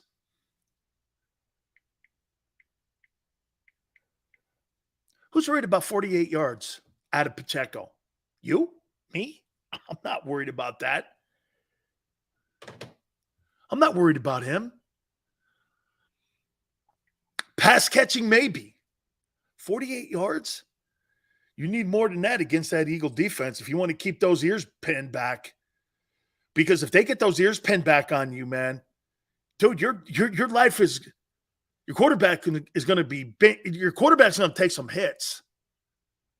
Don't let them pin them ears. You got to keep them be honest as long as you can. As long as you can. Okay? Dude, those numbers tell you where they go. The amount of targets. Now, there's a bunch of guys on that Chiefs team with 500 receiving yards. But they're dudes. How about this? If I'm going to compare the Chiefs roster to somebody, who would I compare it to? Watch this. Do they have the same talent as Cincinnati? No. Are they better than Buffalo? No. Cincinnati played a poor game. Burrow made some throws that were poor. Forced it in there. My opinion, Joe Burrow didn't have a very good AFC title game. I would say They're not better than those two. Like if Kansas City played Cincinnati 10 times, my opinion, Cincinnati wins 7 of them. If Kansas City played Buffalo 10 times, Buffalo would win 6. If the 49ers with a healthy Purdy were to play Kansas City, I would say Kansas City probably loses 7 of those games. That's how I see it. Don't let Kelsey off the line. Don't let him beat you. Don't let him get going. Becomes a nightmare. Because then it's a fourth quarter football game. All right, I want to get into this now. Let's transition into this. I read something today when A.J. Brown was answering questions about Devontae Smith and about the Eagle guys. You know, I've been kind of critical of him, and I've said some things about A.J. Some of his stupid shit's kind of it kind of wears me the wrong way, A.J. Brown. But at the end of the day, he's not a bad teammate. As a matter of fact, I'm going to show you something on why he's the best receiver that the Eagles have had. And I say why he's better than T.O. Okay? He's better than T.O. You know, he was asked the question and he answered it, and I really loved his answer. He goes, yeah, you know, man, I'm doing as much as I can to possibly help Devontae Smith become a better player. And I want to make sure that Devontae Smith understands what it takes to be a great player in this league. And any question he has, I'm there for him. We work together. You know, it's not a competition. We work together. We want our wide receiving core to be considered the best duo in the NFL. When I heard him say that, now I'm paraphrasing a little bit, to me, in my opinion, yeah, he's better than Quick. I think A.J. Brown is a great teammate for Devontae Smith. Not only did they bring in a pro, but they brought in a mentor. So maybe some days when AJ's not getting the ball, and me may bitch about it a little bit. Here's a guy that makes $25 million. You got to look at it different now. The way I heard him talking about Devontae Smith and how much he loves the kid and how much he loves helping him, I love that. And Dank, maybe I hadn't heard that, and I just kind of heard the outside noise and the other bullshit. But when I listened to that, I had to listen a couple times. It was genuine. He's a really great mentor to him. So not only did the Eagles sign one of the top flight wide receivers in the NFL, they signed one of the better pros in the NFL. That has been a mantra that Howie has had since he's been constructing this new team since 2017. There's a bunch of pros on that team that enjoy each other, that enjoy helping. Can you imagine? So get this, if you're Jordan Mailata, look at who I have coaching me. I have Jeff Stoutland, Jason Kelsey, Lane Johnson, all sitting in the building coaching me. And if you have the God-given talent, how in the world do you not see nothing but green pasture ahead for Jordan Mailata and greatness ahead for the guy? These guys are all there's nothing. Listen, I'll tell you this. One of the greatest moments, and it's a small, tiny moment, and please, I'm not putting myself in the story, but I just want to give it to you. So when I went to Dallas, and Randy White was in the room, and Ed Jones were in the room, and I'm sitting there, and I'm listening to them talking.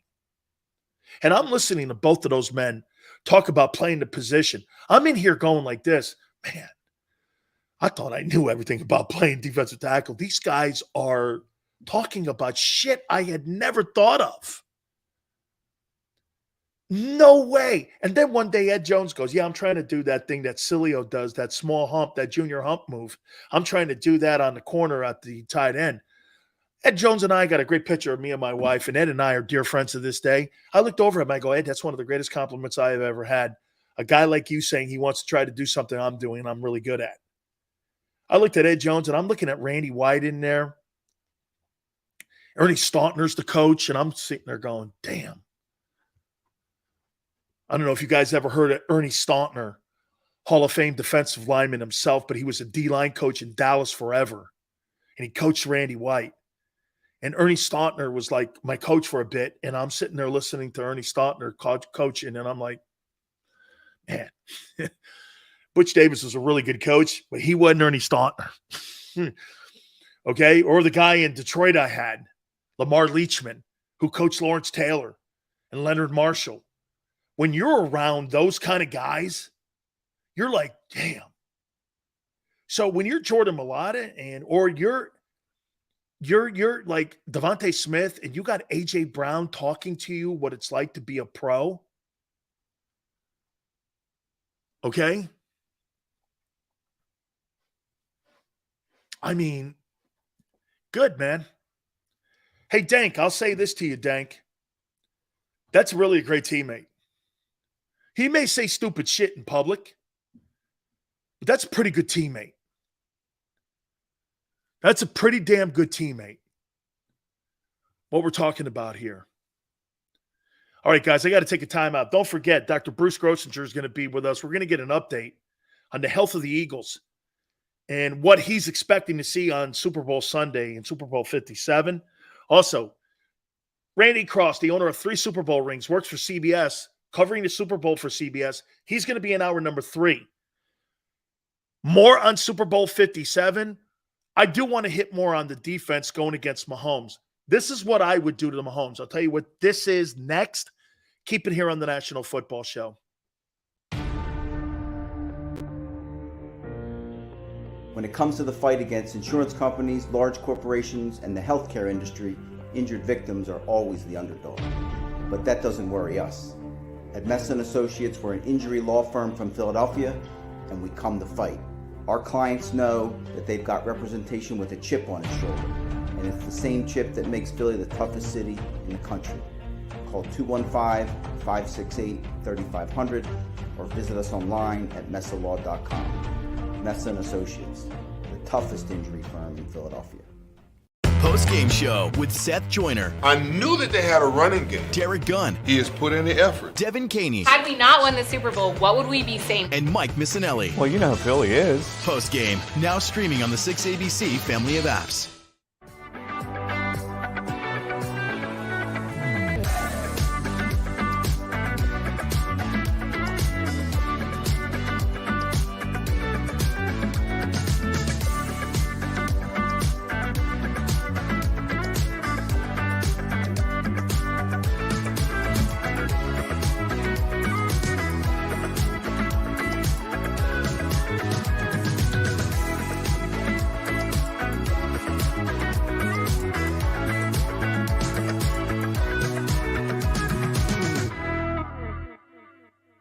Why do millions of people every year from around the world visit Philly's Rocky statue?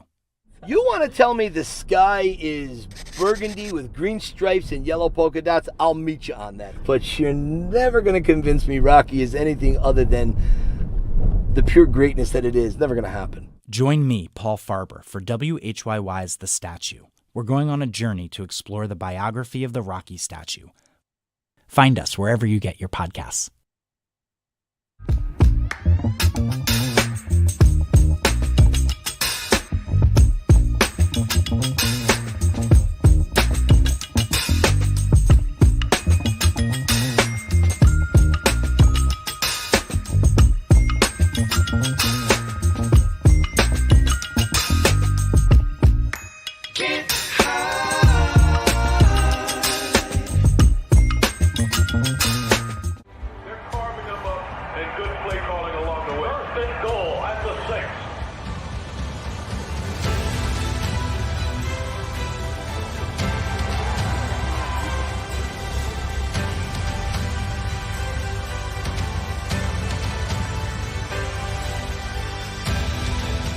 Field of life, First Trust Bank is there for you. Champions on 3. 1, 2, 3. Because Philadelphia dreams deserve a Philadelphia bank.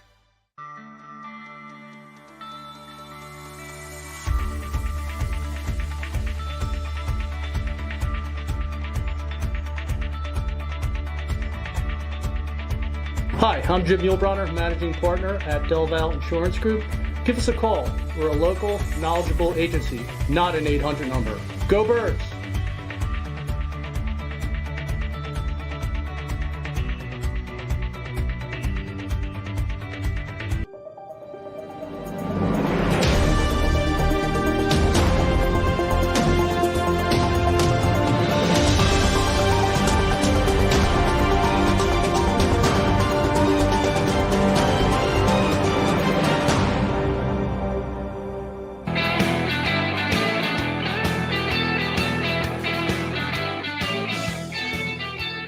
Big Sales National Football Show. Appreciate you guys coming aboard. Thank you very much. I'm going to get to the NFL honors in a minute. Dr. Bruce Grosinger will be with us at the top of the hour. We're going to get an update on all the Eagle injuries, and we'll even ask him about Mahomes. That'll be at the top of the hour. Randy Cross from CBS Sports, also at 5:30 Eastern, the owner of 3 Super Bowl rings, will be with us. We'll talk what and how important preparation is, getting ready for Sunday's game. Looking forward to talking with him. Will somebody do me a favor and tell me what a dark retreat is? What's a dark retreat? Man, Aaron Rodgers is is he a colossal asshole. He is a colossal asshole, man. You're either playing ball or you're not. Why the drama, man? God, is he exhausting. He is exhausting. A darkness retreat. What is this, like solitary confinement? What a weirdo. This guy's a freaking weirdo. Dude, you need time? Hey, look, mental health, I get it. Trust me, I get it. Eagles have their own issues with Lane at times. And Lane struggles with it. But Lane, it doesn't make it so obnoxious. Lane has the same issues, maybe more than Aaron Rodgers. No wonder they don't win in Green Bay. All they're concerned about is how he feels. Hey, guy, I don't give a shit how you feel. I don't care if you're struggling with mental health. I don't care about any of that. This is a football team. If you need that, take care of it. Don't tell me about it. I got my own shit.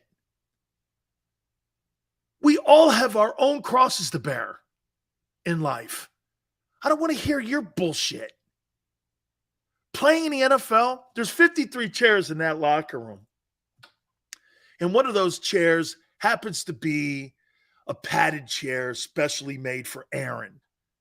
That's when you have problems in a locker room, when a guy thinks he's better than you. You know, one of the greatest things that I think Jalen Hurts and Tom Brady do, they don't make themselves feel more important than anybody in their locker room. They feel like they're one of the – Brady, I think that's always been – okay? I think that's how those guys all win, is because – hey, they may make all the money, they may get all the publicity, but they never come off like they're that guy.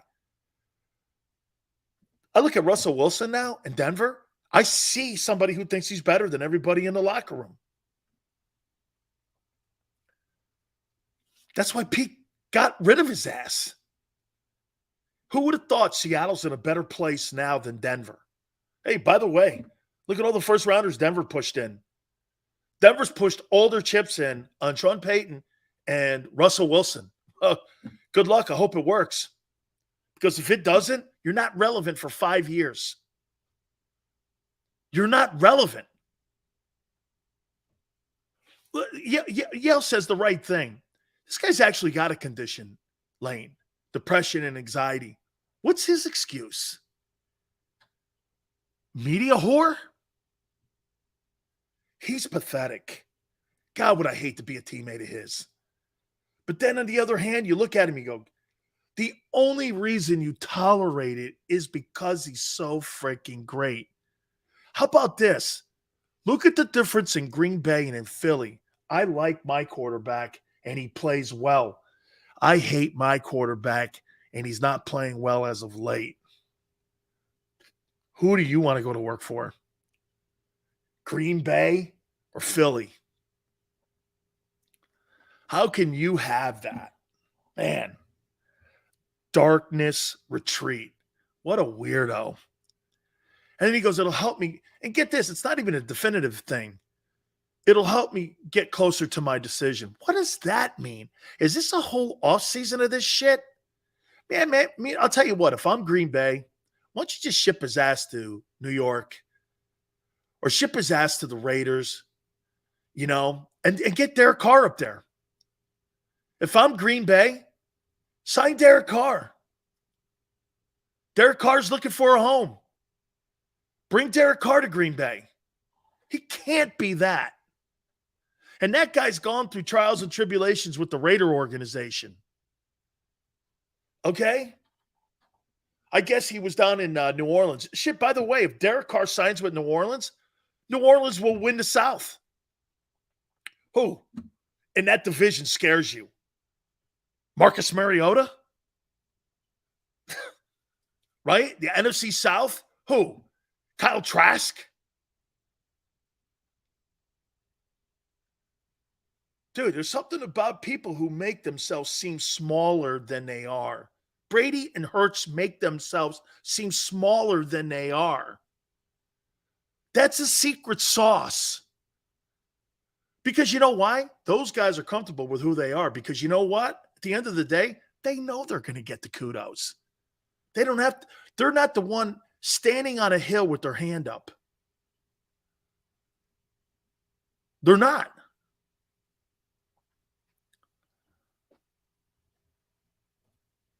Yeah, if I'm Green Bay, I'd sign Derek Carr for 35. Watch this. So you trade Aaron Rodgers, who's going to make $60 million, right? You sign Derek Carr for 35, 40 million bucks. That's a deal. I say 20 million? Shit, I'll go get me a wideout. Stephon Diggs. You put Stephon Diggs. Stephon Diggs is not going to be a Buffalo Bill. You watch. They're going to get rid of him. Derek Carr and Stephon Diggs to Green Bay. They'll win the North. They'll win the North. Get rid of that guy. Send him to New York or somewhere. I don't know. Shit, knowing that, he'll probably end up in Tampa. Wouldn't shock me if the Bucs did that, but I doubt Green Bay wants to keep him in the NFC. I doubt that the Packers would want to keep him in the NFC. I saw that, William, that Carr and the Saints were kicking the tires on each other, and they were meeting. They got permission from the Raiders to talk with them because come Tuesday, if Derek Carr is still a Raider, and I don't think he will be, I think he'll be cut either Monday or Sunday, but he's going to be cut probably Monday. Derek Carr will be cut because if he's on the Raider roster Tuesday at 3 o'clock Eastern, the Raiders guaranteed owe him $40.4 million. That ain't happening. That ain't happening. Okay? That's not happening. So, look, let's transition into the Eagle defense versus Mahomes. By the way, Dr. Bruce Grossinger is going to be with us at the top of the hour. JAKIB Sports is medical doctor. We're going to get you prepared for Sunday Super Bowl 57. Going to talk the Eagle injuries first. Then we're going to talk a little bit about Mahomes' injury too. Then Randy Cross is going to join us at 5:30 Eastern time. We'll get his thoughts on how you prepare for one of these games. All right. This is Mahomes' third Super Bowl in 4 years. Andy Reid now is experienced at this game. What is the number one thing that Mahomes wants to start immediately? What would you think he wants to do? What's the number one thing that Mahomes and Andy Reid want to do to the Eagle defense?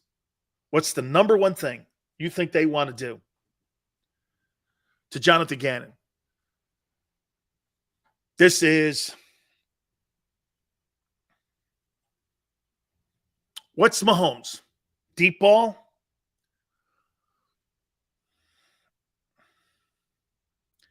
Andy Reid is 1-6 in Super Bowls because he gets outcoached. That's what I say about him being overrated. He's overrated in big games. Andy Reid is overrated in big games. His resume speaks to it. Exploiting the linebackers. William, you mean spread the defense out. Short and intermediate passes, screen game, quick screens. Guys kind of in the room. Kind of a combination here. Reid and Mahomes want to get those corners and them linebackers on islands. Remember something. Andy Reid, John Gruden, all of those West Coast guys, I've had numerous conversations with John Gruden. And remember something. This all goes back to Mike Holmgren. This all goes back to the philosophy of Mike Holmgren. Because this is Mike Holmgren's coaching tree. Andy Reid is a product of Mike Holmgren. What did Mike Holmgren always want to do? He wanted to do as much as he could on moving the sticks in the short passing game. The only way you do that is spreading people out. The number one thing right out of the gate is going to be to see where the soft zone is in the Jonathan Gannon defense. And he's got a built-in soft zone.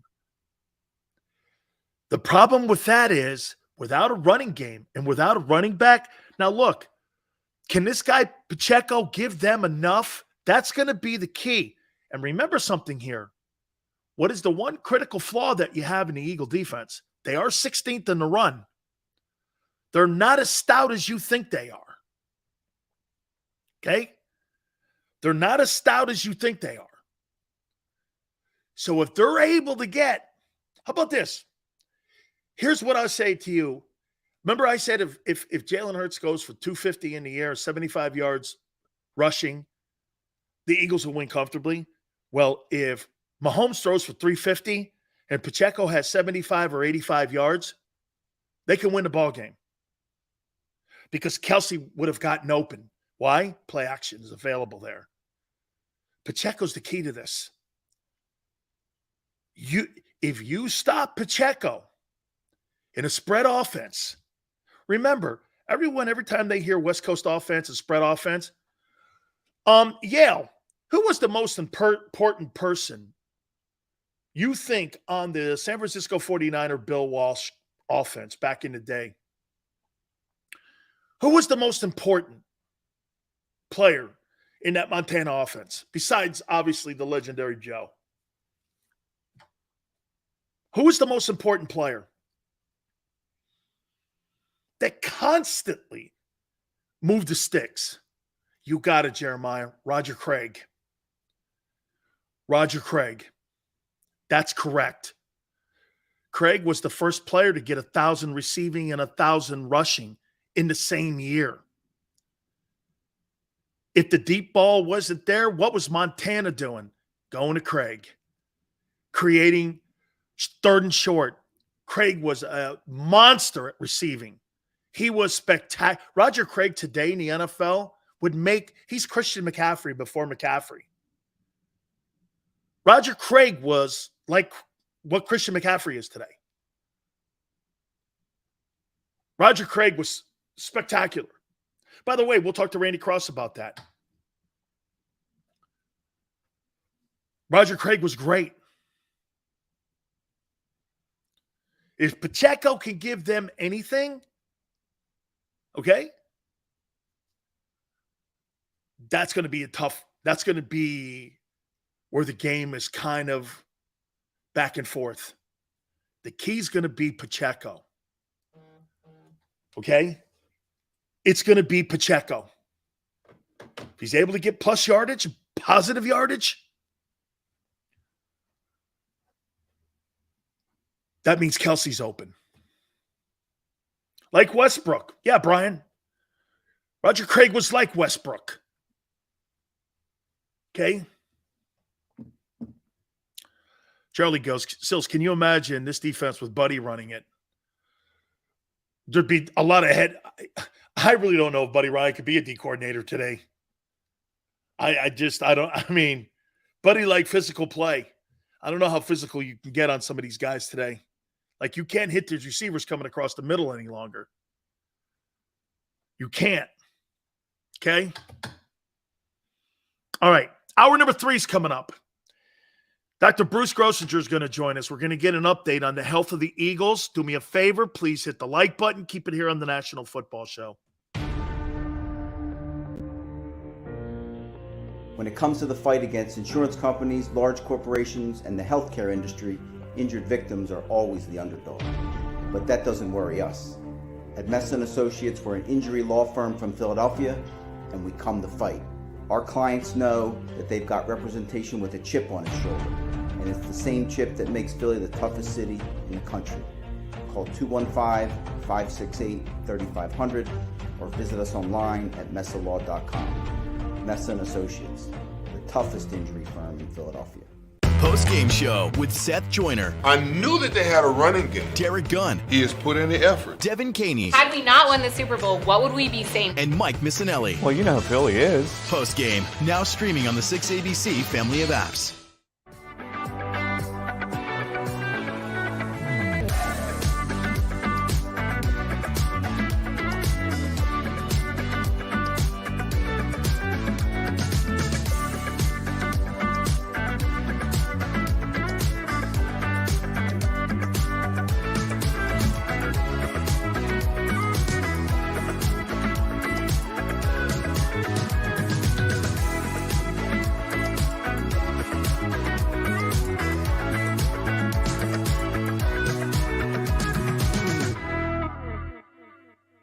Why do millions of people every year from around the world visit Philly's Rocky statue? You want to tell me the sky is burgundy with green stripes and yellow polka dots? I'll meet you on that. But you're never going to convince me Rocky is anything other than the pure greatness that it is. Never going to happen. Join me, Paul Farber, for WHYY's The Statue. We're going on a journey to explore the biography of the Rocky statue. Find us wherever you get your podcasts.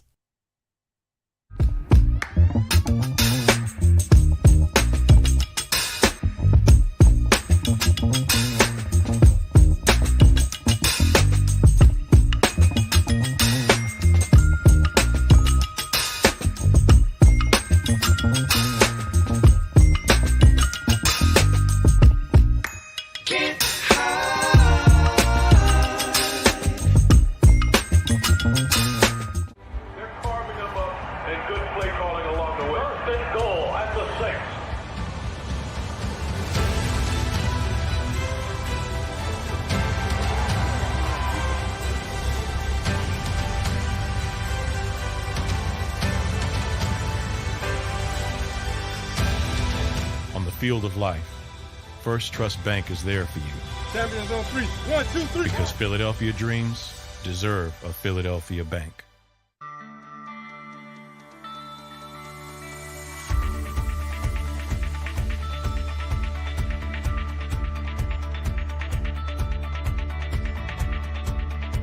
Hi, I'm Jim Muehlbronner, Managing Partner at Del Valle Insurance Group.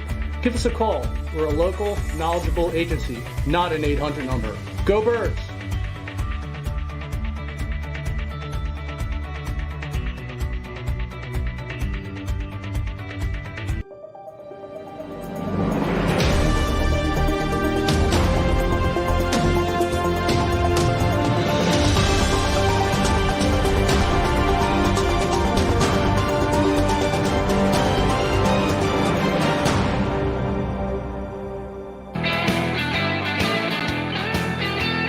Hour number 3, National Football Show. It's your boy Big Silk. Please hit the like button.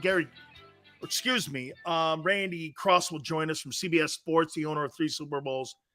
At the bottom of the hour, We'll get his thoughts on Super Bowl 57 on Sunday. His thoughts also what it takes to win one of these ball games. He won 3 of them playing with Joe Montana and Bill Walsh. We'll get his take. We'll get his take on Jalen Hurts. We'll get his take on Patrick Mahomes. I'll get to the NFL honors here in a second. Also, we're going to try to run down Dr. Bruce Grossinger here in a second to get his thoughts on the health of the football team as they get ready for Super Bowl 57. So, guys, again, please hit the like button. Do you guys agree with my take on Andy Reid that I had in the first hour? I think Andy's a little overhyped. I'm not saying he's a bad coach. 1-6 in Super Bowls?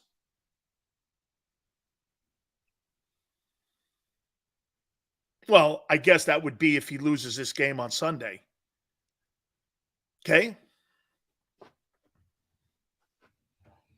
I mean, big games. How do you think he's done in big games? How do you think Andy's done in big games? Right? Like, you think Andy's better than Mike Tomlin?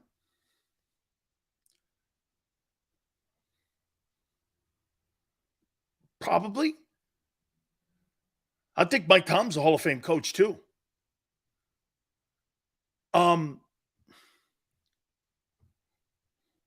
Marv Levy, it's a great one. I think Coach Levy was a really good coach. Okay. Him and Bill Polian worked together on building that Bills dynasty, if you can call it that. 4 straight AFC championships. You're never going to see that again, I don't think. You think Andy's overrated?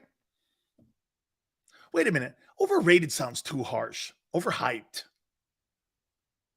Like, I think Sean Payton's overhyped. To some extent, I think he's overrated. What's he done without Drew Brees? I mean, everyone's like, well, he's a really good coach. He had a winning record without Brees. So did Belichick, but it was going. No one would suggest the Patriots are one of the better teams in the NFC, right? You wouldn't consider the Patriots in 2023 one of the better teams, would you? I wouldn't. Shit, I think the Chargers are better.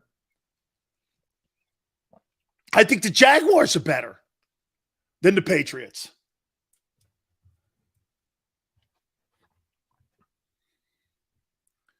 Andy Reid overhyped? Take Mahomes off that team and put Alex Smith on that team. Is he winning Super Bowls? No. Shit, I don't know if he's winning the AFC West.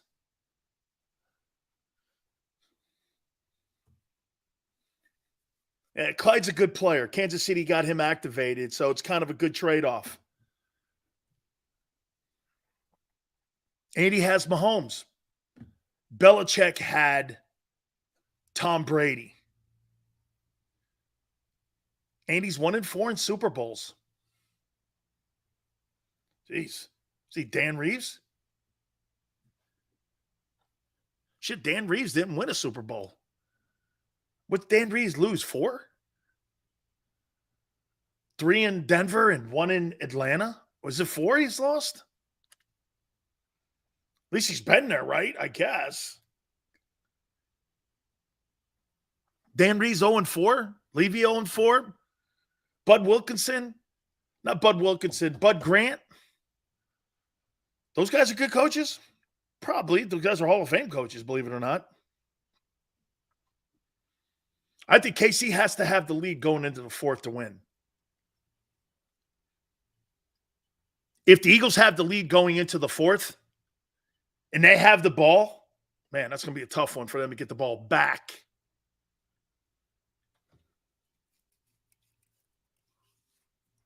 I think you could. Hey, if you can outcoach Bill Belichick, you can outcoach Andy Reid.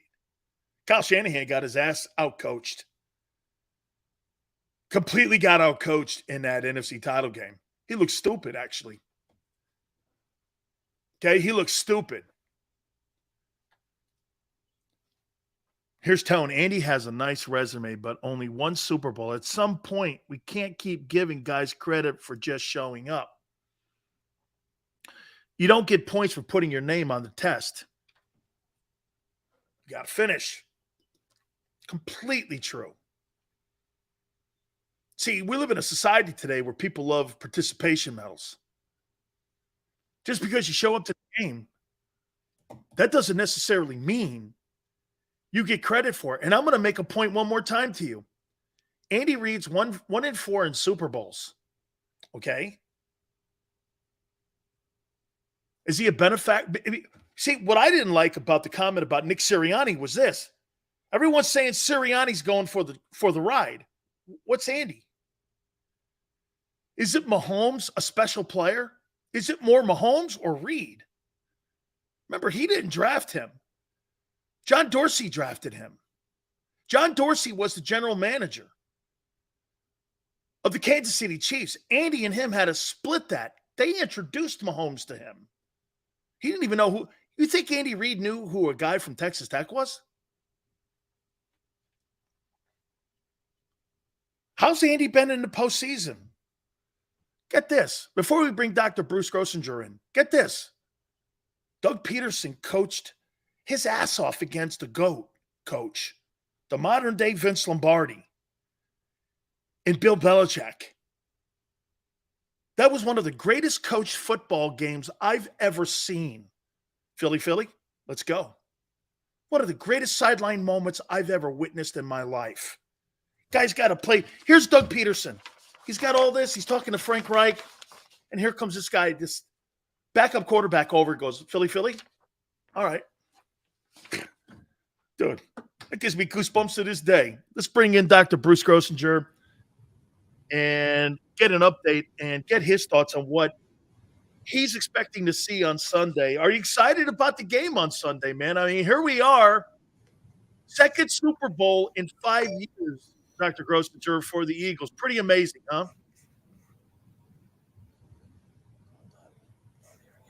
Dr. Grosinger, we can't hear you. You there? Okay. See if we can connect here and get his thoughts here on the health of the football team as we get ready for Super Bowl 57. Do we agree? I mean, I would say in Super Bowl play, coaching, Hank Stram in Super Bowl 4, the Patriot Super Bowl where Vinatieri kicked it right before the end of the game so that they did. I think it was one of Madden's final Super Bowls with Summerall. Was a great one. I'm trying to think of another well-coached game.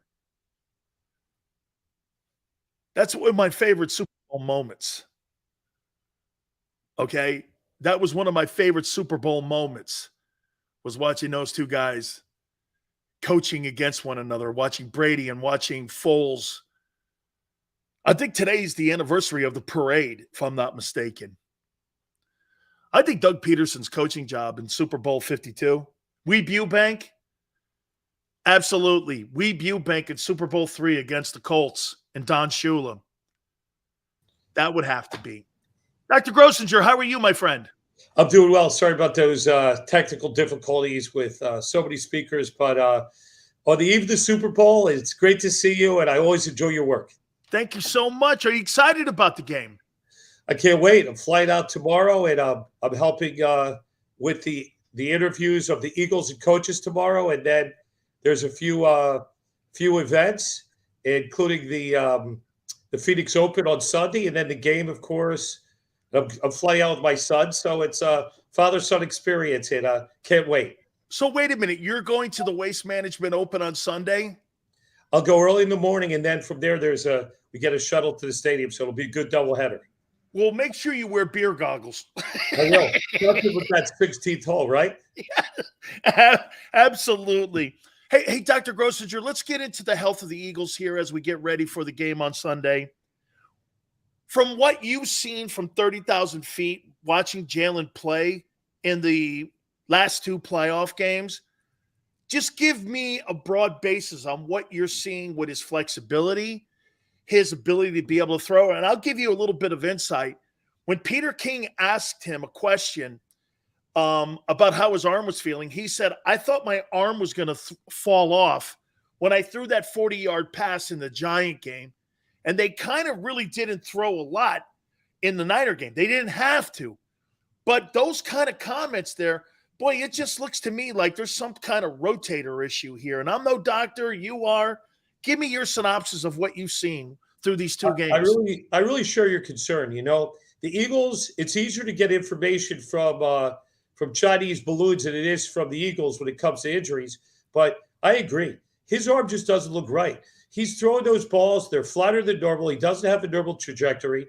And I know the Eagles don't want to admit that he's hurt, but I'm concerned that he has more than just a sternoclavicular strain. They haven't leaked out. They haven't told us what the MRI shows. And I bet there's some rotator cuff pathology. I agree with you.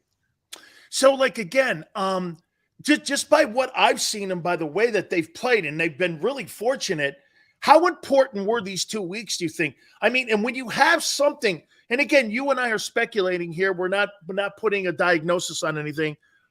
That can't be healed, but with massive rest, right? Do you agree, Bruce, that Dr. Grosinger, these 2 weeks really not going to make a difference on him, whether he's healthy or not going into this game? Because if you've got a significant shoulder injury like that, you need to, again, have rest. Is that correct? Okay, hopefully we're able to reconnect here again here. And here, we're able to reconnect here and get his thoughts here on that, because I happen to agree. And Dr. Grosinger, wouldn't you agree that 2 weeks rest is not really going to matter here? Because especially when we're talking about something that could be structurally with an issue. Well, I agree. It's certainly better than not. It's better than going week to week. And particularly with Mahomes, that's another thing we could talk about briefly. But I think he's probably going to need a clean out in the offseason. They're going to have to put a scope in there. And they may need to reattach and tighten up that shoulder. So I don't think it's like the gate hasn't fallen off, but I think it's a loose hinge. And he might get some cortisone or dexamethasone in the joint, in the shoulder. He'll be icing it up. They'll be optimizing it. And like you said, he's a gamer. He's going to throw it till his arm falls off. But I'm hoping with this offensive line that they'll be able to impose their will. And it's interesting, when the shoulder is down, the elbow is in, that's a position of function. So if he can carry the ball and hold his elbow in and run, it'll be much better than throwing the ball. Would he benefit from wearing a shoulder brace? I think at this point it would really get in his way. You know, I mean, he hasn't worn one all year, and I think it's the Super Bowl. I think it would just get in his way. It's funny. It's like a baseball pitcher. You could put a 1 ounce weight in their hat. Like they try to put Kevlar in there. And these are such fine-tuned athletes. It drove them nuts. So I think a brace would drive him nuts. So regrettably, I don't think he would wear it. Give me a little insight on Lane's injury.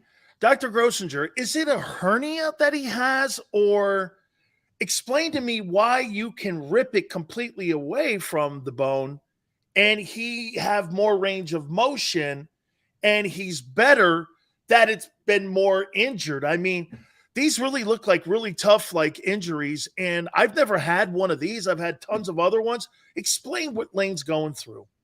Okay, so there's 3 layers. There's 3 core layers of muscle. And from what I understand, the injury is on one side. It's not the whole thing, but it's just on one side. It's the oblique muscle. So when he turns and pivots, the oblique is right below the lat muscle. So it is a very important muscle. And the superficial muscle, which is the rectus abdominis, is torn, I understand. But the transverse abdominis, it provides a lot of support in the second layer, I think is perfect for what I hear from my sources inside. So there is not a situation where the bowel, a hernia would be where the bowel actually would come through the muscle, and that could potentially cause very dangerous problem where the bowel could lose its blood supply and become necrotic, and somebody could actually die. He does not have that situation. So I believe that he has torn abdominal muscles that are very painful. I believe he will need to get them all reattached to the offseason. According to what Lane said, and he's nothing if not honest, he said he felt a lot worse after the Giants game, and he felt relatively better after the 49ers game. So it's a matter of pain control, and he's going to be a guy who's going to wear a core brace, and he'll be able to do his thing, but that'll be different than, of course, what we're talking about with Jalen, which involves a very complicated throwing motion. So I understand that Lane does have some extra padding and some braces, and I think we're going to see maybe 80 to 9% of Lane Johnson. Dr. Grossinger, I talked to Howie Long about this injury because he had it. He said he struggled more sitting down than standing up. Is that why, again, you're seeing him pretty much play at the level that he's playing still? Because there's got to be some discomfort somewhere, either sliding your feet, standing up, sitting down, hell, going to the bathroom. I mean, all of that has to be a factor because your stomach muscles, they control so much, your core controls so much of your lower and upper body. You're absolutely right. And it is bad. And I bet when he wakes up in the morning after sleeping at night, obviously you're asleep, you're not in control. Most people with these injuries are in most pain in the morning. And once they are able to stretch out, walk around a little bit, and he's got a whole physio team working with him, and he's got to get through this one game. And I see the big advantage of the Eagles. Their offensive line, each one of them might be the best offensive line the Eagles have ever had. And Kenneth Gainwell and Sanders and even Boston Scott, I think they're going to try to impose their will on the Chiefs, who are a finesse team. And we just beat a very physical team, albeit with no quarterback. So I'm hoping they can control the clock and run it and throw as needed. And but I am concerned about Jalen.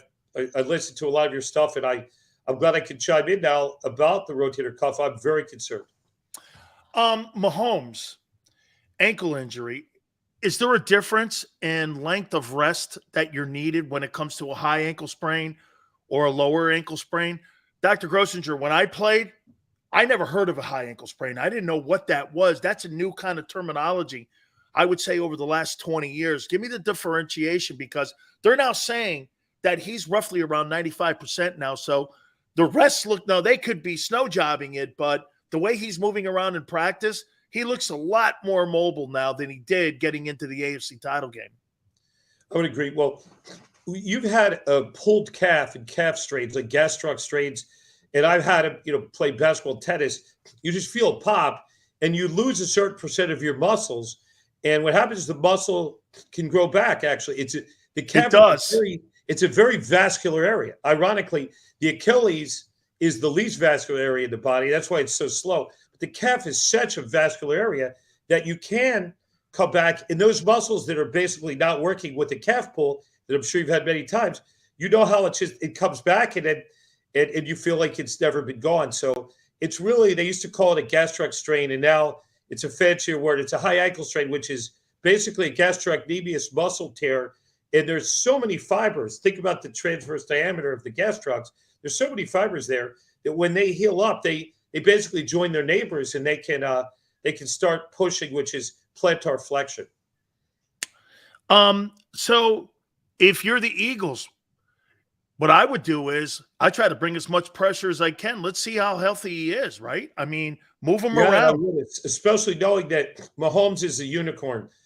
He actually has a higher complete percentage. When you flush him out of the pocket, he could release from any arm angle. He could throw shovel passes under. Like with him and Kelsey, they have incredible chemistry there. And the two people that scare me the most are obviously Mahomes and Kelsey, because if they're on, it's going to be difficult. But they really need to sack him.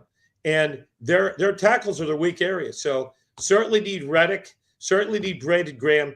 We need to sack this guy and put him on his butt, because when you flush him out of the pocket, that's when the magic starts happening with Mahomes. So I'm very concerned, and you never know what to believe. If he really had a bad ankle strain, the Chiefs would be, they'd be loath to admit it, because I'm sure everybody's going to be targeting his ankles anyway. That's the reality. You played the game, and that's what you do. Frankly, it was a legal hit of Reddick on Purdy, and that was a legal hit, and that basically won the game for him. Finally, on the Purdy injury, What would you recommend for the 49ers with the type of injury that he sustained? Would you recommend surgery or would you recommend rest? I would recommend surgery. He's had a complete tear of the ulnar collateral ligament, essentially even a worse tear than Bryce Harper. Bryce Harper had a partial tear. He was able to get PRP, platelet-rich plasma, and play through it. Purdy's a young guy. He needs a complete repair, a complete Tommy John. Then he needs a lot of rehab, and he's a young man, and he's going to be up, sometime in the early, probably late preseason. He'll be up against Trey Lance, and those two will probably be duking it out. And I envision the Niners drafting a mid-level quarterback, so they're going to have three young guys duking it out and let the best man win. Absolutely. Real quick, Eagles, right? Sunday? Eagles big or Eagles close? I'll say Eagles medium. I'll say Eagles by 10, which I think is medium. I'm not superstitious. A lot of people are not making predictions. I believe what I see is a team that's complete, and I see Andy Reid in a team that's a finesse team that has Mahomes and has Kelsey and very average wide receivers. I think the Eagles are loaded from top to bottom, offense, defense, special teams, albeit not a great punter, but excluding the punter. And I just think there are going to be at least 60% Eagles fans, just like I remember Jacksonville, Minnesota. This is going to be a block party. There's a million people out there right now in Phoenix. I plan to jump on a plane tomorrow, and I really appreciate you having me on, Dan. Thank you so much, Zach. Travel safe. We'll see you down the line. Thank you so much for coming aboard. Have a great night. You got it. That is Dr. Bruce Grossinger, JAKIB Sports' doctor, giving us the insight of what he sees with the Eagles getting ready for Super Bowl 57. We're also going to talk to Randy Cross in a couple minutes, so we'll get his thoughts. The owner of 3 Super Bowls, covering the game for CBS Sports. We'll talk to him. Real quick, here's the awards that Big Sills voted on. The NFL honors. This is going to happen. I think it happens next week. I think it's next week, the NFL honors. And here are your favorites for the awards. Ready? MVP, Patrick Mahomes. Chiefs. Big Sil's got a little insight here. Coach of the year. Who do you think the coach of the year is going to be? Remember I said this. I'm going to keep this sheet. Okay? I got a little insight. Who do you think is the coach of the year? Mahomes will win the MVP award. Is it tomorrow night, Tyler? No. I thought it was next week. I thought it was next week. Let's keep it there. I'll keep you teasing here because I got kind of the list for the NFL honors. Just talked to Dr. Bruce Grossinger, getting ready for the Super Bowl on Sunday. I couldn't wait to get my friend Randy Cross on. The owner of 3 Super Bowl rings was there in Detroit. Now remember something. Every time people always say this about Joe Montana. Hey, Joe had Rice. Man, Freddie Solomon and Wendell Tyler and Burt Cooper. No disrespect to Freddie. I love him. Mr. DeBartolo, one of his favorite people on the planet is Freddie Solomon. God rest his soul, man. I love Freddie too. He lived in Tampa when I was on the air. I got a chance to know him. He was a spectacular guy. And all these 49er guys go up to Mr. DeBartolo's casino, and they all talk about those really great runs. One of the greatest dynasties of all time. Randy Cross was part of it. He's also part of CBS. He joins us now here on the National Football Show. Randy, what was your favorite adventure? What Super Bowl? The Miami one? I think you played in New Orleans? No, I had Detroit, Stanford, and That's Miami. It. Which one was your favorite journey? Journey, probably the first one. We were kind of the happy dummies. We didn't know what we were doing. We didn't at that time appreciate how special that was. I mean, it was a pretty incredible to go 16-3. 2 years removed from back-to-back 2-14 years. We just didn't know what we didn't know. We were supposed to be nervous when we played the Cowboys, but we were just pissed off. You know, we were supposed to be nervous playing in the Super Bowl, but hell, it was in Detroit. So it wasn't like it was a real Super Bowl. It wasn't like we were sitting there, you know, in Miami or New Orleans and there are all these distractions everywhere. You know, it was snowing and ice storms and everything else. So we were sitting indoors having a cold beer, just couldn't wait till the Super Bowl. Do you know that to this day is the highest rated Super Bowl television-wise of all time? I guess we were going through some type of energy crisis in the country and nobody left their house.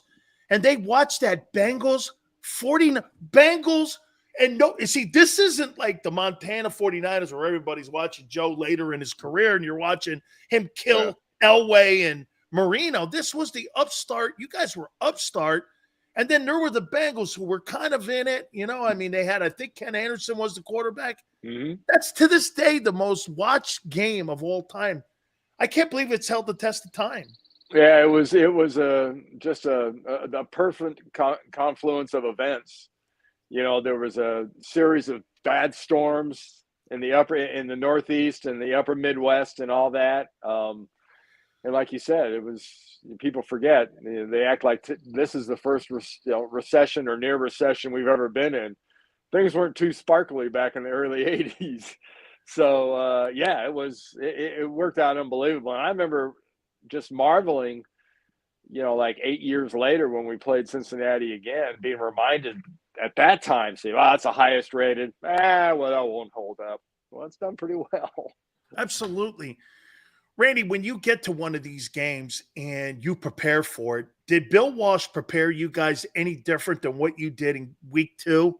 Was there any nuance that was different? Now, you guys kind of set the trend. You didn't have a lot of physical practices during the year because you guys were healthier later in the year. That's kind of what this Eagle team does. They don't believe in preseason football, and they really only believe in controlled scrimmages, and they've been a really healthy football team.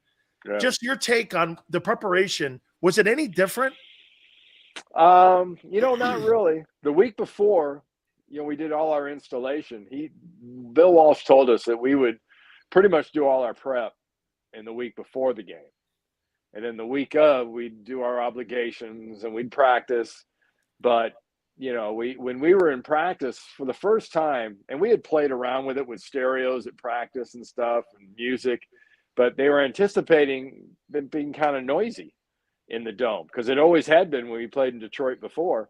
So we'd have music playing, and he took like a request list.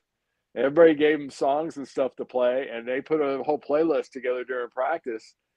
And it was kind of a real contrast between two teams because he had us pretty loose, and Forrest Gregg was a real taskmaster, very strict guy, great guy, and all that. And I know the Bengal players love playing for him, but you know they were waiting to get on the practice field because we practiced first.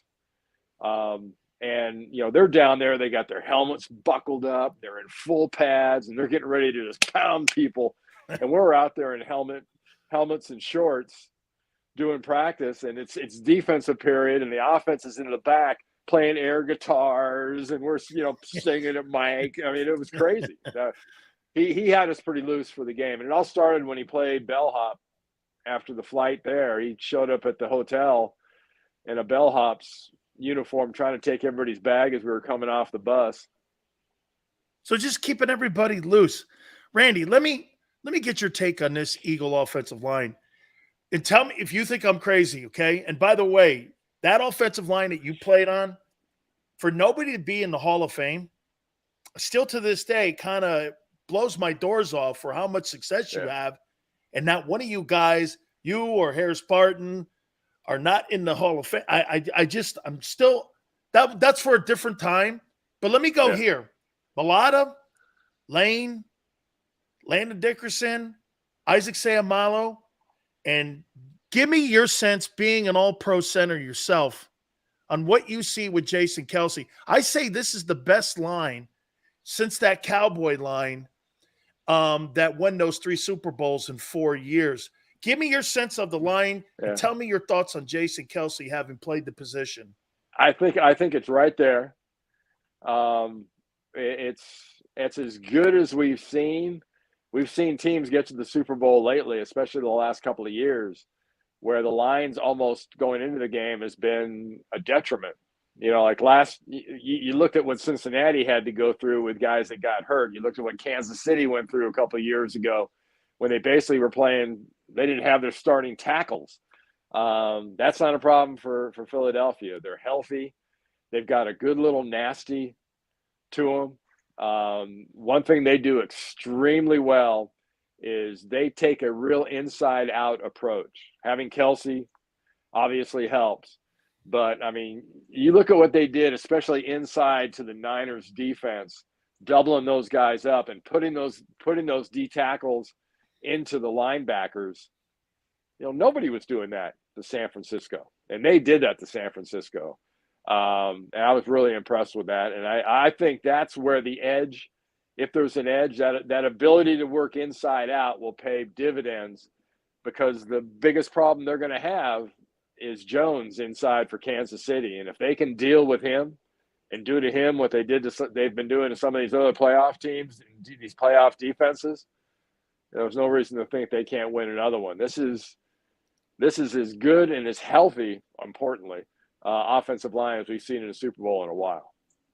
What's your take on Kelsey? How good is he? Hall of Famer? Good. He's really good. I don't know what that really qualifies as, to be honest with you. Because there's guys that I see that played in my era and after my era that, you know, in my mind, but, you know, I'm not a sports writer who never wed a jock, so I really don't know what I'm talking about when it comes to that. So, you think Gilbert's Hall of Famer? I think Jay should be, the way he played. How about Mosbar? Probably close. I just think he probably didn't play quite long enough. You know, had the injuries and stuff at the end. How about Ray Donaldson? I think Ray Donaldson is really, really good. Maybe not Hall of Fame. How about yourself? I was a better guard than I was a center. Oh, get the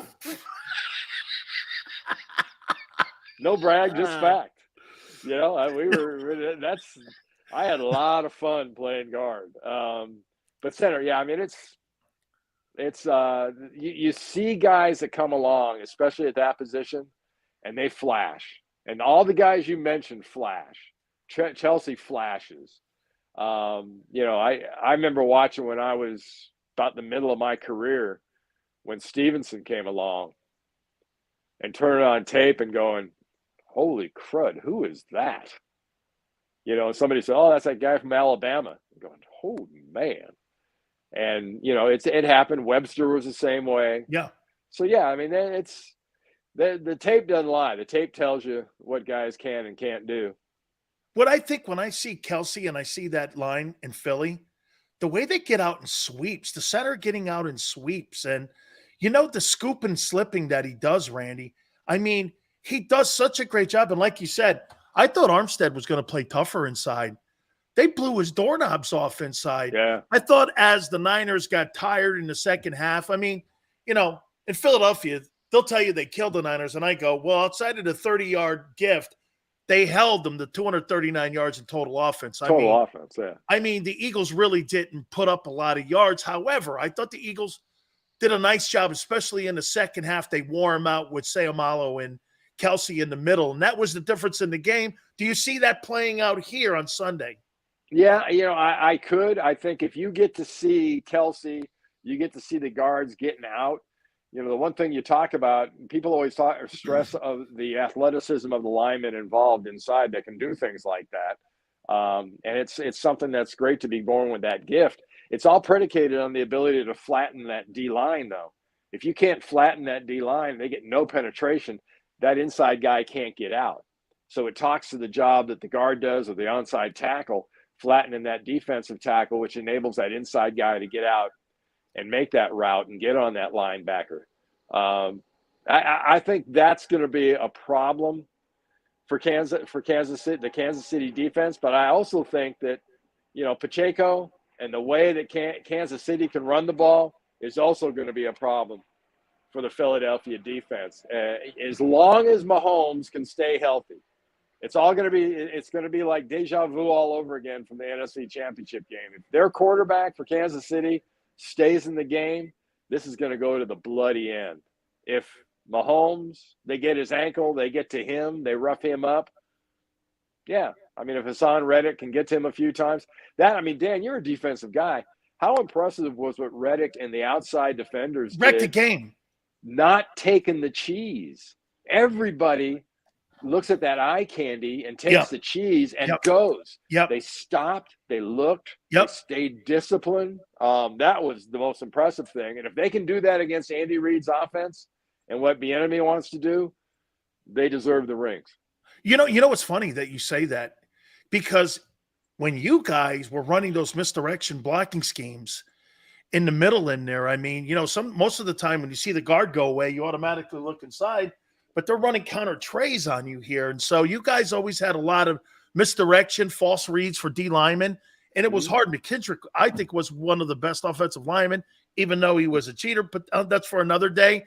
I still got a bad knee over here on the left side. I don't know who did it, but there was some dude in the middle there who kicked me. I don't remember. I don't know. Either it was you or Jesse. I don't know. But anyway, I mean, I see it was all, by the way, it didn't feel very good, but until they outlawed it, it was all legal. That's one thing Bob was really good. Bob was really good at describing the gray areas. Gray areas, great.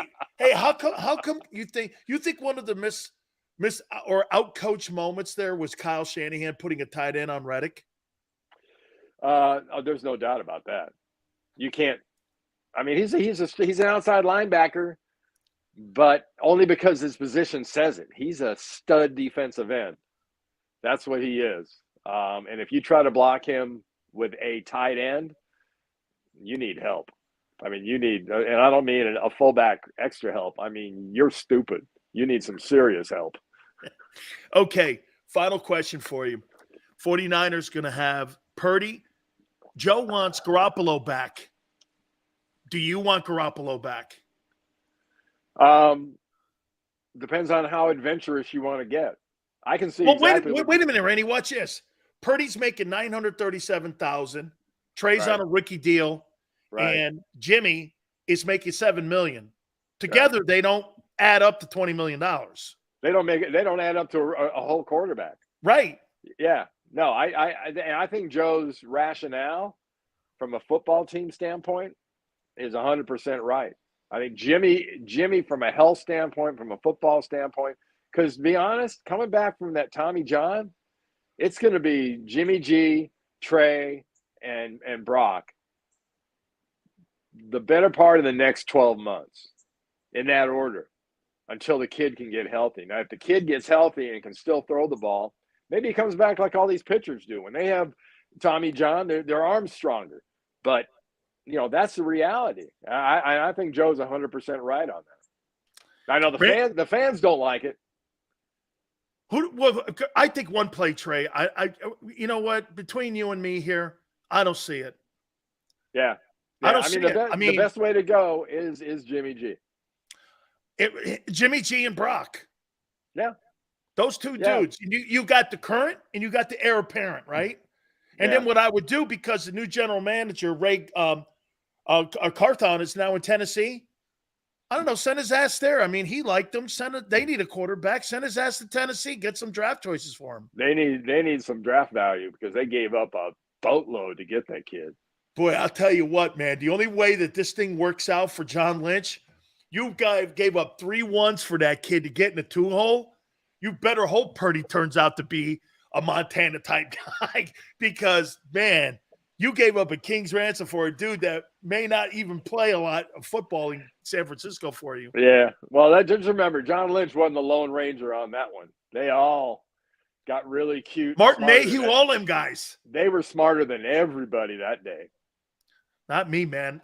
Dude, Randy, when I have to look on YouTube for your games and I can't find it, I mean, what were you looking at, man? I don't know. Randy, should be a great game on Sunday. Thanks for spending time with us, brother. Can't wait. It's going to be a lot of fun. Go Chiefs. I'll see you guys later. I'll see you later, Randy. All right, my friends, please hit the like button and keep it here on the National Football Show. When it comes to the fight against insurance companies, large corporations, and the healthcare industry, injured victims are always the underdog. But that doesn't worry us. At Messon Associates, we're an injury law firm from Philadelphia, and we come to fight. Our clients know that they've got representation with a chip on its shoulder, and it's the same chip that makes Philly the toughest city in the country. Call 215-568-3500 or visit us online at messalaw.com. Messon Associates, the toughest injury firm in Philadelphia. Post-game show with Seth Joyner, I knew that they had a running game. Derek Gunn, He has put in the effort. Devin Caney, Had we not won the Super Bowl, what would we be saying? and Mike Missinelli. Well, you know how Philly is. Post-game, now streaming on the 6ABC family of apps.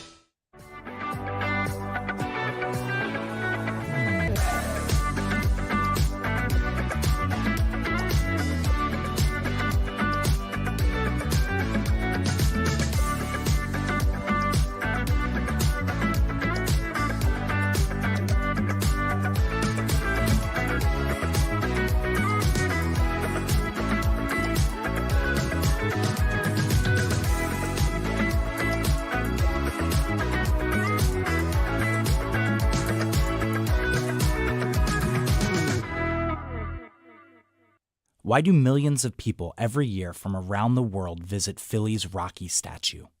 You want to tell me the sky is burgundy with green stripes and yellow polka dots? I'll meet you on that. But you're never going to convince me Rocky is anything other than the pure greatness that it is. Never going to happen. Join me, Paul Farber, for WHYY's The Statue. We're going on a journey to explore the biography of the Rocky statue.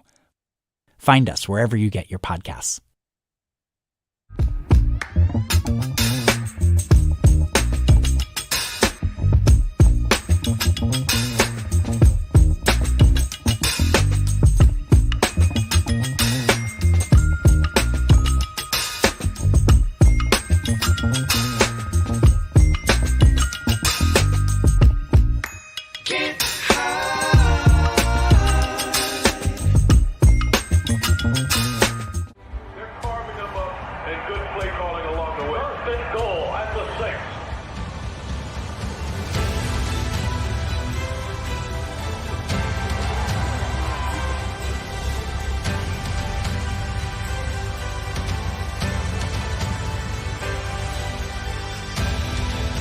Field of life, First Trust Bank is there for you. Champions on three. 1, 2, 3. Because Philadelphia dreams deserve a Philadelphia bank.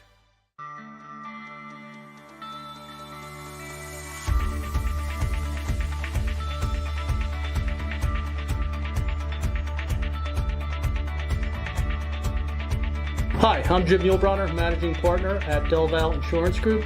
Give us a call. We're a local, knowledgeable agency, not an 800 number. Go Birds!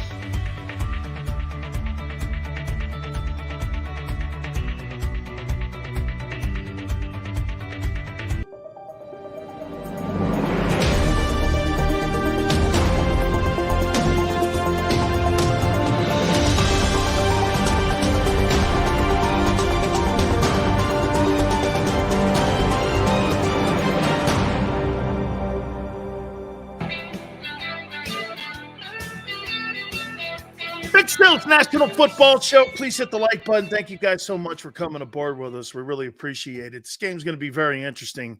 Randy seems to think this game's going to be pretty close on Sunday. Man, if they could block and control Chris Jones, what else do they have on defense? One of the rookies play big. Okay. Randy was a heck of a ball player, too. He's a college football Hall of Famer out of UCLA. He played for Dick Vermeil. He played for Coach Vermeil at UCLA.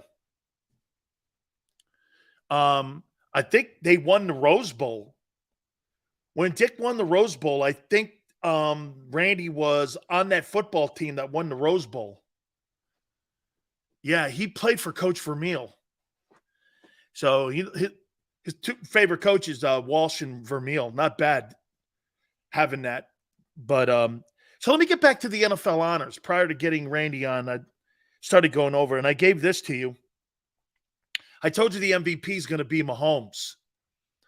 Who do you think is going to win the Coach of the Year award? I've got a sheet in front of me. So next Thursday, I believe the NFL Honors television show is, and this is what I vote on. Players have incentives wrapped around this. So who do you think wins the NFL Coach of the Year award? I have a guy that I wanted to win, but who do you think wins the Coach of the Year award? Who wins the NFL Honors Coach of the Year? Kyle Shanahan. He's favored to win the Coach of the Year award. Sirianni outcoached him. Sirianni's coaching staff outcoached him. Yeah, Tone. It's Shanahan. I think he's overrated. I do. I think he's overrated. I do. I'm sorry. I don't think much of Kyle. I mean, some would go like this. Well, Sills, look what he did with the quarterback. Yeah, I get it. They had a really fine year. Quarterback gets knocked out. I get it, but man, dude, you got to win. You can't just be, like Tone says, you just can't get credit for putting your name on the test. Okay? And he's right. Shanahan's getting credit for being a great coach for putting his name on the test and not acing it. See, I think Doug should have won it too. I do. I think Sirianni should have been on the list. I do. This one here I don't get. Guess who's favored to win the Comeback of the Year award? This I don't get. I do not get this. Guess who's expected to win the Comeback Player of the Year? Wait till you hear this one. Brian's right. Geno Smith. What did he come back from? Sucking? How did Geno Smith win this award? Was he hurt last year? Wasn't he a backup to Russell Wilson? How can Geno Smith, like Brandon Graham had an injury. Who else had an injury that came back this year and played well? Christian McCaffrey. Dude, I get Christian McCaffrey. They were undefeated when he went to San Francisco, and he was out all last year. Right? To me, Brandon Graham, Christian McCaffrey, isn't that comeback player? So Geno Smith is the Comeback Player of the Year. He came back from sucking. Dude, that's obnoxious. I mean, yeah, hey, Geno's the Comeback Player of the Year. Why? Well, because he blew out loud for 10 years, and now here he is. That's not a comeback.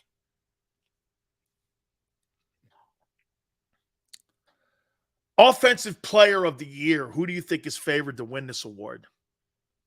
By the way, this is how it's going to come out. Dan, do you think Jimmy G would accept a backup role in Philly? No, because he could start at 95% of the places in the league.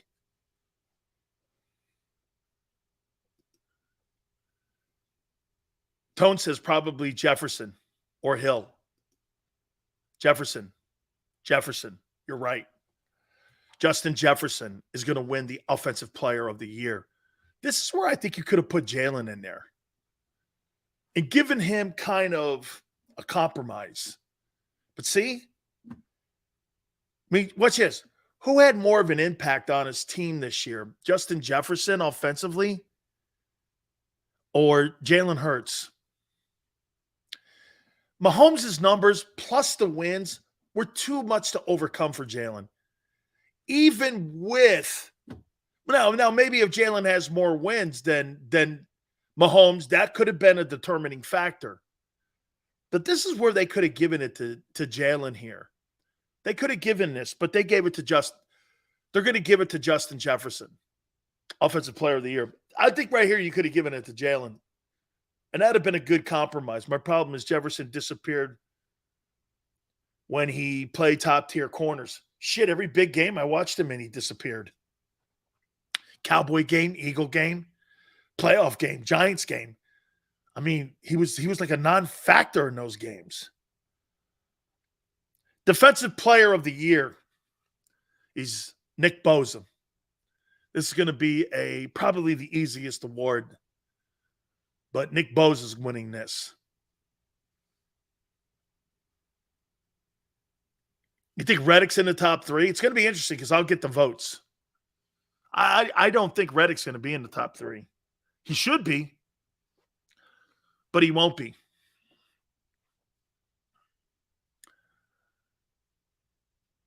It is fault Cousins can't run away from pressure.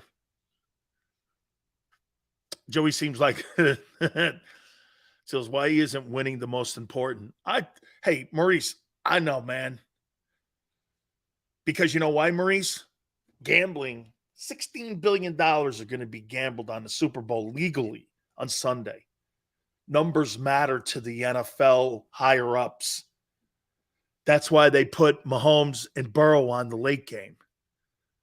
Gambling is the next revenue stream for the NFL. Dude, I'm going to tell you this. In 3 years, Lincoln Financial is going to have, if Pennsylvania legalizes gambling and they're able to do it, and the NFL is able to figure out how to do it, you're going to have a sports book inside Lincoln Financial. You're going to have a sports book. Shit, Wrigley Field's talking about doing it now, putting a sports book at Wrigley. Sports book at Wrigley Field. So it's rigged? No. They like numbers. Dude, the NFL doesn't want to see 21-17 ball games anymore. That's not what they want. They want 35-31 games. That's why almost every rule that has been changed every year has benefited the offense and not the defense. I mean, you can't even sack a quarterback. I don't know what a sack is today. Okay? Hey, would we agree? The two biggest confused conversations we have in this country is identifying a man and a woman and figuring out what a sack is. Okay? Those are the two biggest complex issues for me. Figuring out what a man and a woman is and the identity, and figuring out what a sack is. I don't know. I'm confused. Right? Sills are destroying the game. I get it, man. Hey, I'm not going any further. I'm leaving it there. Okay? I don't want to hear my daughter screaming at me. Careful, Sills. Thank you. Very good. See, this guy right here, 24. Thank you. Yes, careful, Sills. Oh, let me move on before I get my ass in trouble. Offensive rookie. Hey, by the way, so Joe Douglas, how long was Joe Douglas in the front office in Philadelphia in 2017? Was he in the Eagle front office in 2017? Well, listen to this. Offensive Rookie of the Year, Garrett Wilson, wide receiver, Jets. Defensive Rookie of the Year, Sauce Gardner, Jets. So you're going to have the Offensive Rookie of the Year and Garrett Wilson from the Jets, and you're going to have the Defensive Rookie of the Year and Sauce Gardner from the Jets. That's a pretty impressive draft, man. Dude, that's a pretty impressive draft. This guy, Joe Douglas, he just needs a quarterback. He gets a quarterback in the building, they're going to win a ton of games. Watch this. I'm going to make a prediction to you. If they get a quarterback like Derek Carr, say they get Derek Carr in New York, okay? The Jets are going to make the playoffs in 2023-24 season. The Jets are going to make the playoffs. Remember I said that. Jets make the playoffs. And I get Zach Wilson's ass out of there. Aaron Rodgers, maybe. You watch the Jets make the playoffs. Okay? Look at Tone, what he says. He goes, hell, man, if the Jets get a quarterback, they'll challenge Buffalo. Because I think the Jets got a better defense than Buffalo. I do. I think they got a better defense. So Mahomes MVP, Coach of the Year, Kyle Shanahan, 49ers. Comeback, Geno Smith, Seahawks. Offensive Player of the Year, Justin Jefferson, Vikings. Defensive Player of the Year, Bosa, Niners. Offensive Rookie of the Year, Garrett Wilson, Jets. Defensive Player of the Year, rookie-wise, Sauce Gardner, Jets. Amazing. Great job, Joe Douglas, man. He's really done a nice job, too. How about this? You get Miles Sanders up there and you get a quarterback like Derek Carr. They can win the division. Guys, appreciate it. Xander, thank you. Tone, awesome as always. You guys getting closer to the Super Bowl. Can't wait. Super Bowl 57 on Sunday. Tomorrow, 3 to 6 Eastern. Have a great one. God bless, and we'll catch you on the flip side. When it comes to the fight against insurance companies, large corporations, and the healthcare industry, injured victims